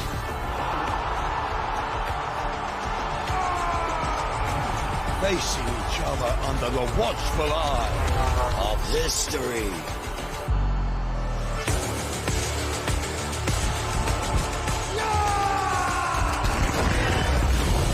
Beyond blood, sweat, and fire, and the mercy of the rough seas. Moved by the ravaging rival. Oh, sweet rival. And their fists will speak a language older than words. They will speak loudly. And there is just one way to be remembered for all of eternity.